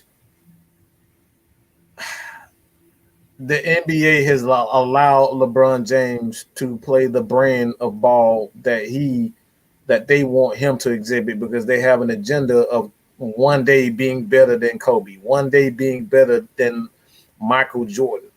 And you see other guys, that try to play that style of ball, they get called for fouls that LeBron James get. I mean, I've seen this dude literally flop on the damn ground when nobody even touch him, and you get a whistle. So it's almost like LeBron James is the Tom Brady of basketball. They have an agenda, and they're going to stick to that agenda as long as they possibly can. But we got to stop with this Matt Ryan's fault for every damn thing. And no, that ain't a cue for the get back to the jobs. But we got to stop blaming one person for this team's issues. The defense has sucked, and they continue to suck. The only player on this defense that you can really say that has always been consistent is Grady Jarrett. Even Deion Jones has been incredibly inconsistent. The only person on that defensive side of the ball that's been consistent, including the coaches, is Grady Jarrett. Grady Jarrett comes to play you see the fire in his eyes. You see the fire in his game. You know he's going to bring it. You don't have to worry about if Grady Jarrett is going to get to the quarterback, because he gets to the quarterback every single game. We got to worry about if Deion Jones is going to have an impact this game. We don't have to worry about that with Grady. But yet we say it's Matt Ryan's fault for every little thing. He should overcome all the obstacles because we labeled him, Matty Ice, Matty Clutch. He wouldn't have to come back if we hold the damn lead. You ever think about that? He wouldn't have to come back if you actually hold the damn lead. We've been in so many games where we've had the lead and the defense give it up. We scored 2 touchdowns in a row, and then the defense can't stop the team for the rest of the game. And then Matt Ryan got to try to make something happen because the defense can't do anything for the rest of the game. So at the end of the day, man, gotta stop blaming one person. This is a team effort. We sucked because of coaching, because of players, And because of ownership, there's a team effort while we suck. Not one person's fault. It's Arthur Blank's fault. It's Rich McKay's fault. It's Matt Ryan's fault. It's everyone's fault. We were 4-12. Now we got to fix that. So that's all I got to say about that. Well, it's only right that I end the show by saying it was Matt Ryan's fault that my whole family was sick last week. Everybody have any reason of Matt Ryan's fault. It was Matt Ryan's fault that I was under the weather. It's Matt Ryan's fault. Kevin got an eye infection. All right. Exactly. Exactly. With that being said, man, I just appreciate each and every one of you guys for continuing to tune in. I'm just still looking in the chat, man. All these Matt Ryan faults, man. This is gonna be a good concept. This some funny stuff, man. This is funny, man. I needed this laugh, but man, it's always it's always a good time on Friday night, madness. I really appreciate you guys. Like we said, AFN is not just about us, but Atlanta Falcons Nation is all of us. So we appreciate you guys. Look, we probably wouldn't even came up with this Matt Ryan's fault without you guys. So we appreciate you guys for giving us ideas, suggestions. We appreciate you guys. Like if you haven't already hit that subscribe button at Do Talk Sports, Atlanta Falcons Nation, Mad Mike Sports, KSTYLZ, just KSTYLZ, Twisted Torch TV. Hey, y'all go and definitely hit that like, subscribe button. Definitely hit that like button on this video. Hey, look, we got to keep the algorithm going. So y'all definitely hit that like, subscribe, leave your comments. Like we said, we might get on you guys, but it's all in fun. And with that being said, I'm gonna kick it back over to Kstlyz.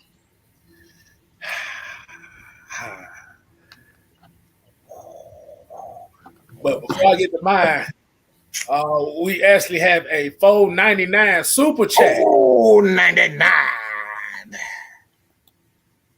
Our guy became with another one. He said, Jew Talk Sports, just Kstlyz and Mad Mike. You guys are awesome. Rise up. We appreciate you, man. We definitely appreciate it, bro. All love, man. Shit.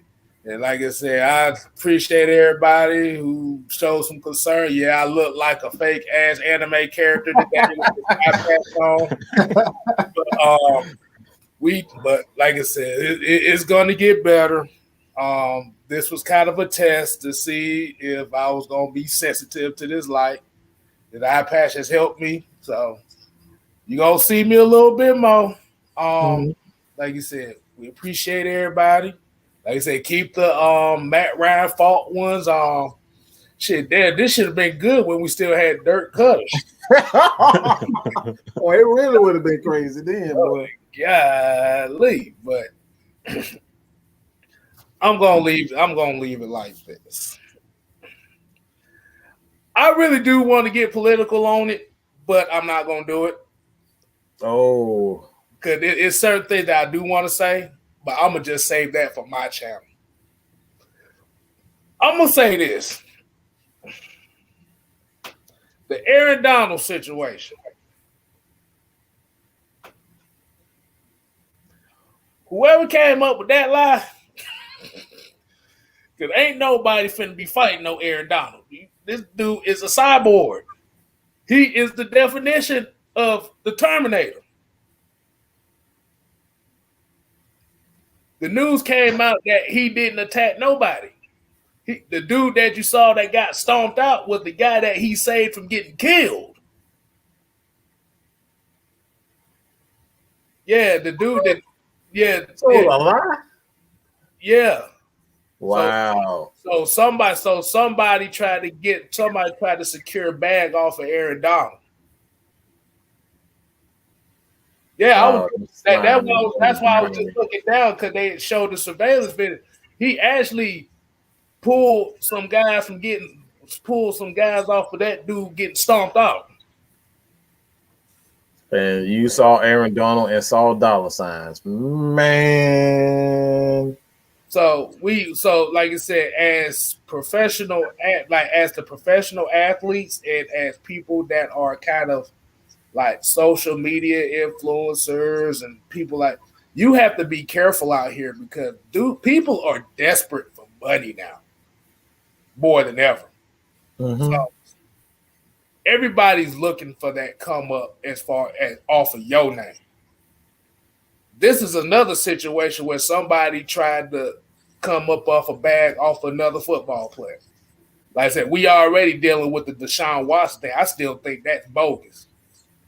Because the two women that I saw came out first. Did you see the wigs? That's all I needed to know. Them wigs was terrible, and them heifers was ugly as hell. You ain't risking your. Like I said, this is the same thing we said about Eugene Robinson's ass. I'm about to say, that girl better been at least a 9 or a 10 if this came down. And like I said, I'm not advocating for none of that. Mm-hmm. But my point is for athletes and like kids that want to be future athletes and stuff like that. When you out here in society, you have to be careful out here because people are looking to fuck your name up. Like I said, if you out here in the club and you try to pick up on some of these girls, no, you stay in the hotel room, do whatever you need to do, and just call it a day because at the end of the day, these heifers out here looking for a baby and 18 years of child support.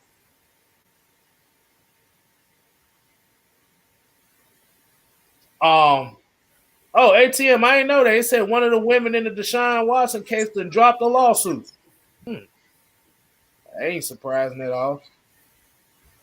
But at the end of the day, like you said, and people that's in the media, especially young black athletes, just be careful out here, man. I'm just going to leave it at that. So. Well, with that being said, again, man, to kind of add and kind of end it at the same time, you know, it's not just athletes, man. You just got to watch your surroundings. Always pray to God that, you know, that he keep us safe, keep you. I'm always praying for all you guys, man. Like I said, man, this is like we take this seriously here at AFN, man. We actually care about our quote unquote fans. Like, right? We want to see everybody prosper. We want to see everybody, you know. Anytime we hear stories about someone contracted COVID, like I forget his name, it'll come to me, but like we actually, you know, we really are praying for you guys. Like that's the honest to God truth.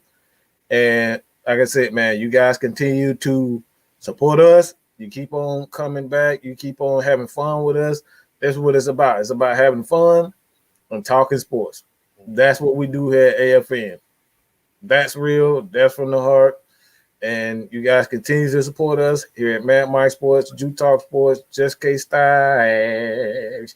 Just Kstlyz. Shout out to Antonio Holloway for this comment. He said this and All the Smoke podcasts are my favorite. Yeah, Matt Barnes and Steven Jackson do their damn thing on there. So hey, we man. appreciate that. We appreciate it. We definitely, that's a huge, that right there is a huge compliment for us, man. That I appreciate that. I truly appreciate that. We all appreciate it. But you ain't got to go home. But you got to get the hell up out of here. Deuces. Jeez. Yeah.